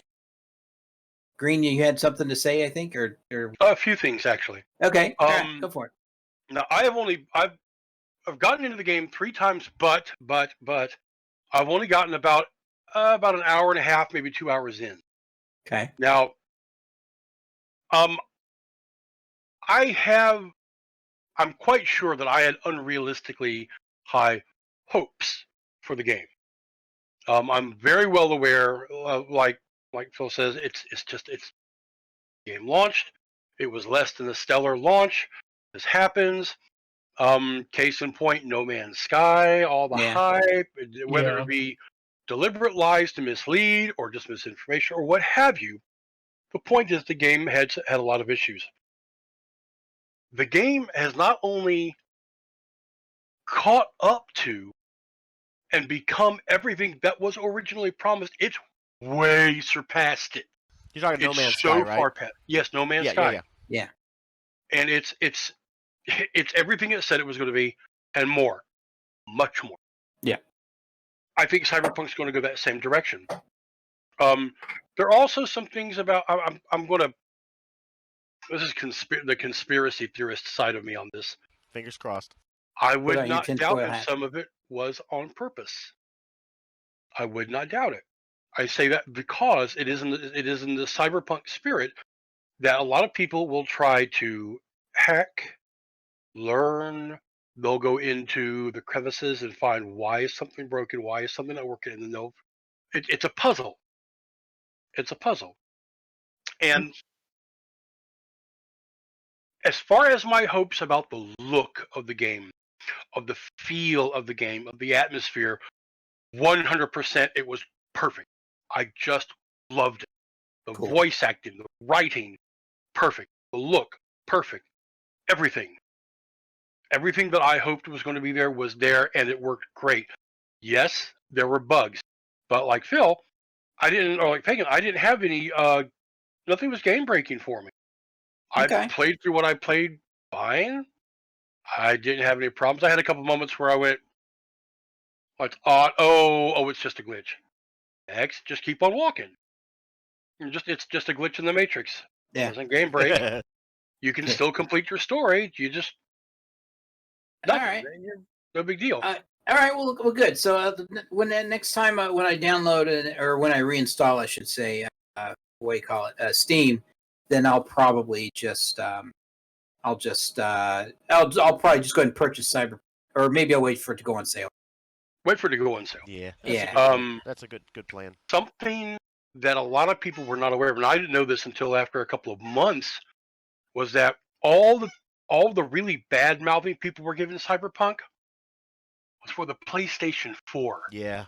Oh, not the Xbox, not the PC. not the PC. Now, whereas they all did have bugs, they were bug ridden. yeah. Why? People were trying to play on the PS4 a game designed with the PS5 in mind, Right. and so the 4 could play it. But you could put the engine of a Ferrari in a go-kart. Doesn't mean that you should. Yeah. Right. And so that was the big issue, was PS4. It ran So in potato mode. Yeah. So unfortunately, the loudest mouths are the ones that get heard, that the media picks up on, and that's exactly what happened. Cyberpunk is a great game as far as I'm concerned. Okay. It's got the atmosphere. If you are a Cyberpunk fan, and especially the actual game Cyberpunk, hmm since this was made with Mike Pondsmith, the man who made Cyberpunk, worked directly with CD Projekt Red on all of it. All of it's his baby. You can go places in the game and recognize them from the board, from the tabletop. Oh, that's cool. It's Night City, All That's right. cool. and it's All right. fantastic. All right, you talked me into it, damn it. Yeah. I might want to try it Awesome. too. Yeah. Yeah, good. No, that's good to know, because like I said, I do love Cyberpunk, as you well know, and I'm just not a big gamer, and I'm particularly reticent to, put out, say, $50 or $60 for a game when I'm not entirely sure it's going to be worth what little free time I have. So, but this sounds like it would be. Yeah, It lends yeah. itself well to casual, and there are so many side quests. It's very easy Yeah. to go in, do a side quest, Yeah. and you're done for the night. That's awesome. Yeah, no, that's good. And then, like I said, I'll just wait for it to go on sale, because then even if I just complete the main quest and that's it, it didn't cost as much. So Right. to me, Yeah. it's worth it. So I'll just wait for it to go on sale, and then I'll probably just download would. and reinstall Steam at that point. Phil, what is obsessing you this week? Sir? Before we go any further, Sure. Oh yes. Wait a minute. Oh. I have to describe what's going on. Green has stood up. He's grabbing CDs. It looks like no, they're jewel cases. I don't like Cyberpunk at all. Oh, See, you've got on, what is that? PS4. I PS4. see. Xbox. I gotta go Xbox. get the PS5 version. They didn't have it at the time. I've got PS4, Xbox, and the Steelbook. Oh, Oh, that's yeah. cool. Yeah. Is the Steelbook for PC? No, honestly, there was no game for it. It was just released as is for the game. Oh, awesome. Very So, cool. No, I'm not a Cyberpunk fan even. Remotely. No, not at all. No. Of Hey, course I've not. still Should, got no. all my. should I've, show the free toy inside. I've Which still got all one? my games and stuff. big one. From back in the day. Big one. The big one. Um, Might put want that to on- stand back a bit. Okay, another one you're talking about. Stand back. Stand back, folks. Here's two of the toys inside. Let me pick this bad boy up. This is a replica, an official replica of Johnny Silverhand's arm. Oh, Oh, cool. Yes. Very nice. That is cool. Complete with big old spikes on the bottom, the Cyberpunk logo, authenticity. Yeah. And then the other one. This is my Badass. baby. Yes. Yeah, another one Phil's thinking.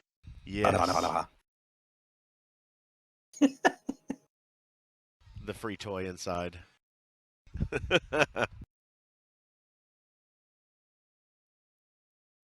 Nope, can't hear you. We can't hear you there. No, we can't No. hear you. No, can't hear Nope, you. still can't hear you. no. I think I know what that is. Dun dun dun dun dun dun dun dun dun. But you have to figure out why his mic's not working. Yeah, I think you might have. I think your headset may Oh. have come unplugged there. Oh, awesome!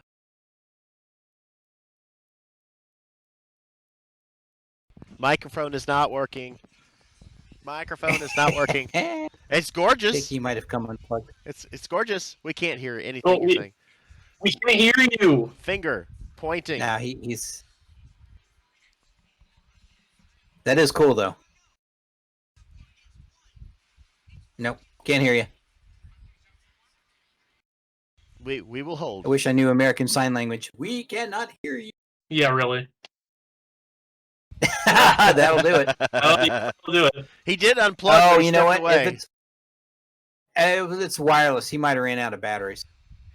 Maybe, or it's not on, or not connected. Although to I the thought it was wireless. plugged in. Maybe not, Plug it into the hole.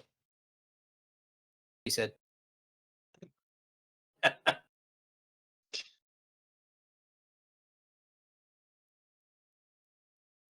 I think it powered off.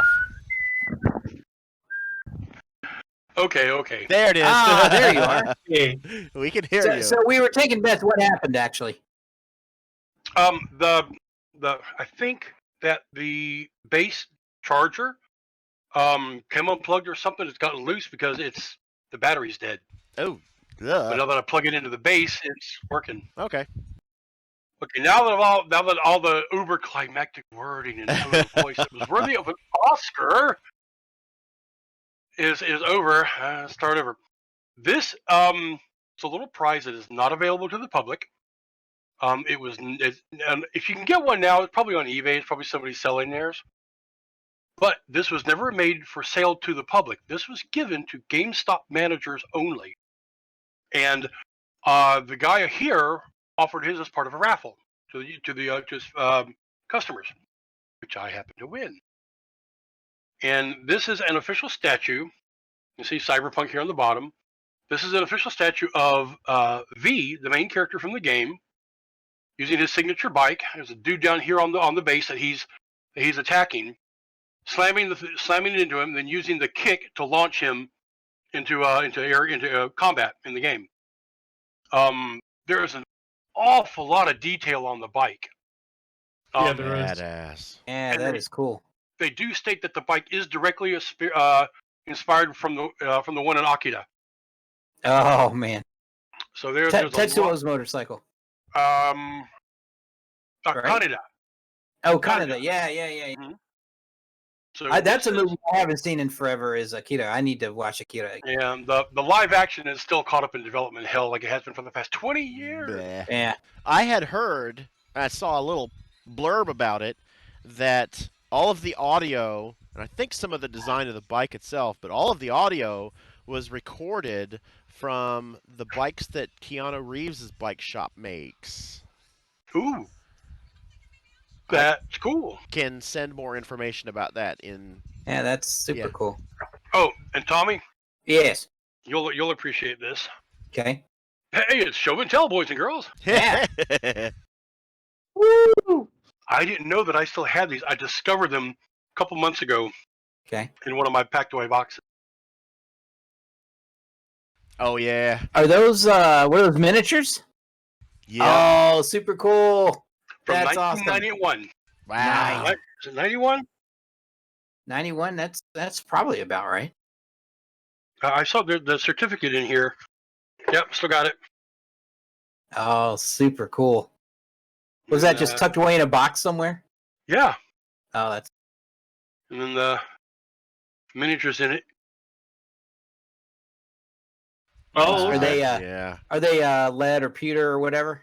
Yeah, they're that old mix that they used to use for Yeah. making these things. It's Awesome. from Yeah, it's who manufactured? it's from 91. It's from Grenadier.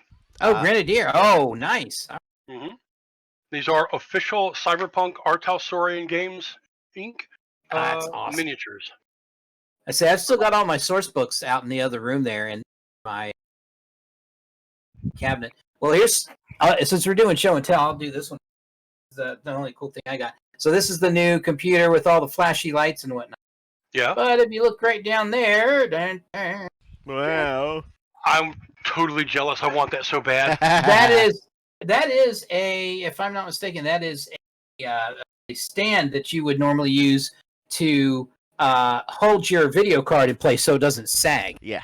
And with the way this motherboard is oriented, you don't have to worry about your. So I just sort of mounted it in there with some double-sided tape and plugged it onto the motherboard, and now the lights all sync up with everything. That is badass. Yeah. Yeah. I just ordered it from some dude on Etsy, something. Well, cool. Anyway, so before we wrap up here, Phil, what's obsessing you this week? Well, it's been a rough week. The first part of this Yeah. week, I was kind of under the weather with some sinus stuff, which is why my voice kind of sounds a little weird and froggy. I I know. I think it sounds kind of rough and sexy. Yeah. Well, thank you. Yeah, baby. The only chance I had to play any games was last night, and that was update 4 for the alpha for Elite Dangerous. I actually can go Nice. with my own character and my own ships, and I did not realize how absolutely monstrous my ships are. Like scale, like size-wise, scale-wise? Yeah. Okay. The ship that I want to take you all on, in cruising around the Milky Way, see some of the sights. It turns out it's like 4 stories tall. Holy cow. Yeah, it's the size of an office building. You're flying a building. Wow, that's pretty awesome though. Well, I mean, if you think about it, your traditional like the ships on Star Trek and Star Wars are massive. Yeah. So. But that's Well, pretty cool. much Well, all I'm I've glad really you're got going on. good. Well, I'm glad you're feeling better at least. A little bit. Yep. For hopping in tonight. Yeah, that's good. So from my end, I mean, literally, my weeks consist of getting up, going to work. Like, let me just take. I think it was Tuesday as an. Got up, went to work, came home, shoved some food in my gob, got on the air at 6, played 3 hours of 80s music, and then there was another hour of talk show after that. Wrapped all that up. Watched a half-hour TV and went to bed. So, I mean, that's basically what my weeks consist of now, which I don't mind because this part of my life I love, as far as the radio station, I love it. So I don't consider it work, I say, and honestly, Thursday is becoming my favorite day of the week just because we do this, because I love doing it. Cool. And I hope you guys love doing it too. Yep. Oh yeah. So, but like we determined earlier, I don't even have Steam on my computer right now, so I haven't played any video games. So, we did finish the Falcon and the Winter Soldier the other night. That turned out really good. That was good stuff. Yep, we enjoyed that a lot. We're still watching The Nevers. The Nevers. Yeah, on HBO Max. That's pretty good. There's a couple I have in the queue that I wanna watch. We just haven't started yet. So, and we're on the edge of our seats for The Expanse season 6. So I think it's filming, maybe photography. I can't remember. I read something. I think so. The Yeah. last season, I haven't watched the last season. The only reason why I haven't watched the last season is that book is my least favorite book. Oh, okay. It's a little bit too political. Mhm. In my science fiction, I don't like politics. Mhm. I Yeah, like science I fiction can in my see that. science fiction. This was a little bit heavy on the politics. There were certain things that were pretty science fiction-y, and I always love following Amos around and Peaches. Yeah. But the whole mix of Marco Inara and all the BS that he was doing, that's just way too political for me. So Oh, the I say again, I haven't read the books, but this latest season was actually pretty well done, considering that all the main characters were sort of off doing. yeah. So That's the opera portion of space opera. yeah, right. yeah. But all right, well, cool. Well, does anybody have anything brilliant or otherwise to add before we do our plugs and call it a night? The sun. Gravy. Wow. It's brilliant. Very Very small rocks. Lead. Churches. All right. Churches. Well. What does chicken All have right. to do with anything? Yeah. Sure, yeah, really. Okay, so let's do quick plugs and then we'll call it a thing. Green, go for it. Twitch.tv/the Green Bear. I'll be streaming. Tomorrow's going to be busy. There's a very good chance I'll be streaming tomorrow in the afternoon. Okay. But I will be taking the weekend off. But come Monday, I'm going to be getting right back into it. Okay. Pegatech. Yes, Pagan Tech. Let's see. That Twitch stream would be twitch.tv/Pagan Tech, and it's pretty random. If you go ahead and follow me, you'll be getting alerts whenever I go online, and it's usually something space or science or just fun. Because really, that's all I'm interested in is just having fun, just chilling, having fun. Well, I got to tell you, Jerry helped me set up a Discord channel for people to so I can chat and interact with people like while I'm on the air, and for people to drop a request in or whatnot. So I'll be sort of advertising that here shortly. I want to make sure I'm really comfortable with how everything works before I, hey, there's this thing, and then oh shit, I don't know how to use it. So I want to do that. So Jerry helped me do that the other day. I think we got all the permissions set up and all that stuff. So I'll be sort of advertising that, and then as also I've started updating the website with our Wind Up Creations. So I'm getting that out there gradually. I'm going to add both of your streams to my to the STN webpage, which can be found at stnradio.com. By the way. I'm not going to add your streams. I'm going to add links to, the information to get to you guys. Sure. So that'll be probably maybe over the weekend, depending on how everything goes. Weekends are between with the station are really busy, but I'm gonna try to get to it this weekend. And let me see. Next time I'm on the air is tomorrow evening for the Friday Free for All, followed by Rising Down with the Reverend Robert Evil. You will be hearing this on Sunday, but this holds true for the following Friday as well. So tune in. So Jerry, do you have anything to plug before we say sayonara? No plugs yet. Again, I'm hoping to plug the Minecraft server next week, but that would be awesome. Yeah. Very cool. Well, we are looking forward to it as well. And then once you get that done, I can also add that to the webpage if you like. I don't know if you guys want it out there, but I can put that on there if you want. And not even our Discord server is public yet, but we're hoping to get all that, together and out publicly just soon. Perfect. So. Okay, so let's wrap it. To do your outro there, Pagan Tech, and then I can do mine, or vice versa. Thanks for sticking around, everybody. Catch me later.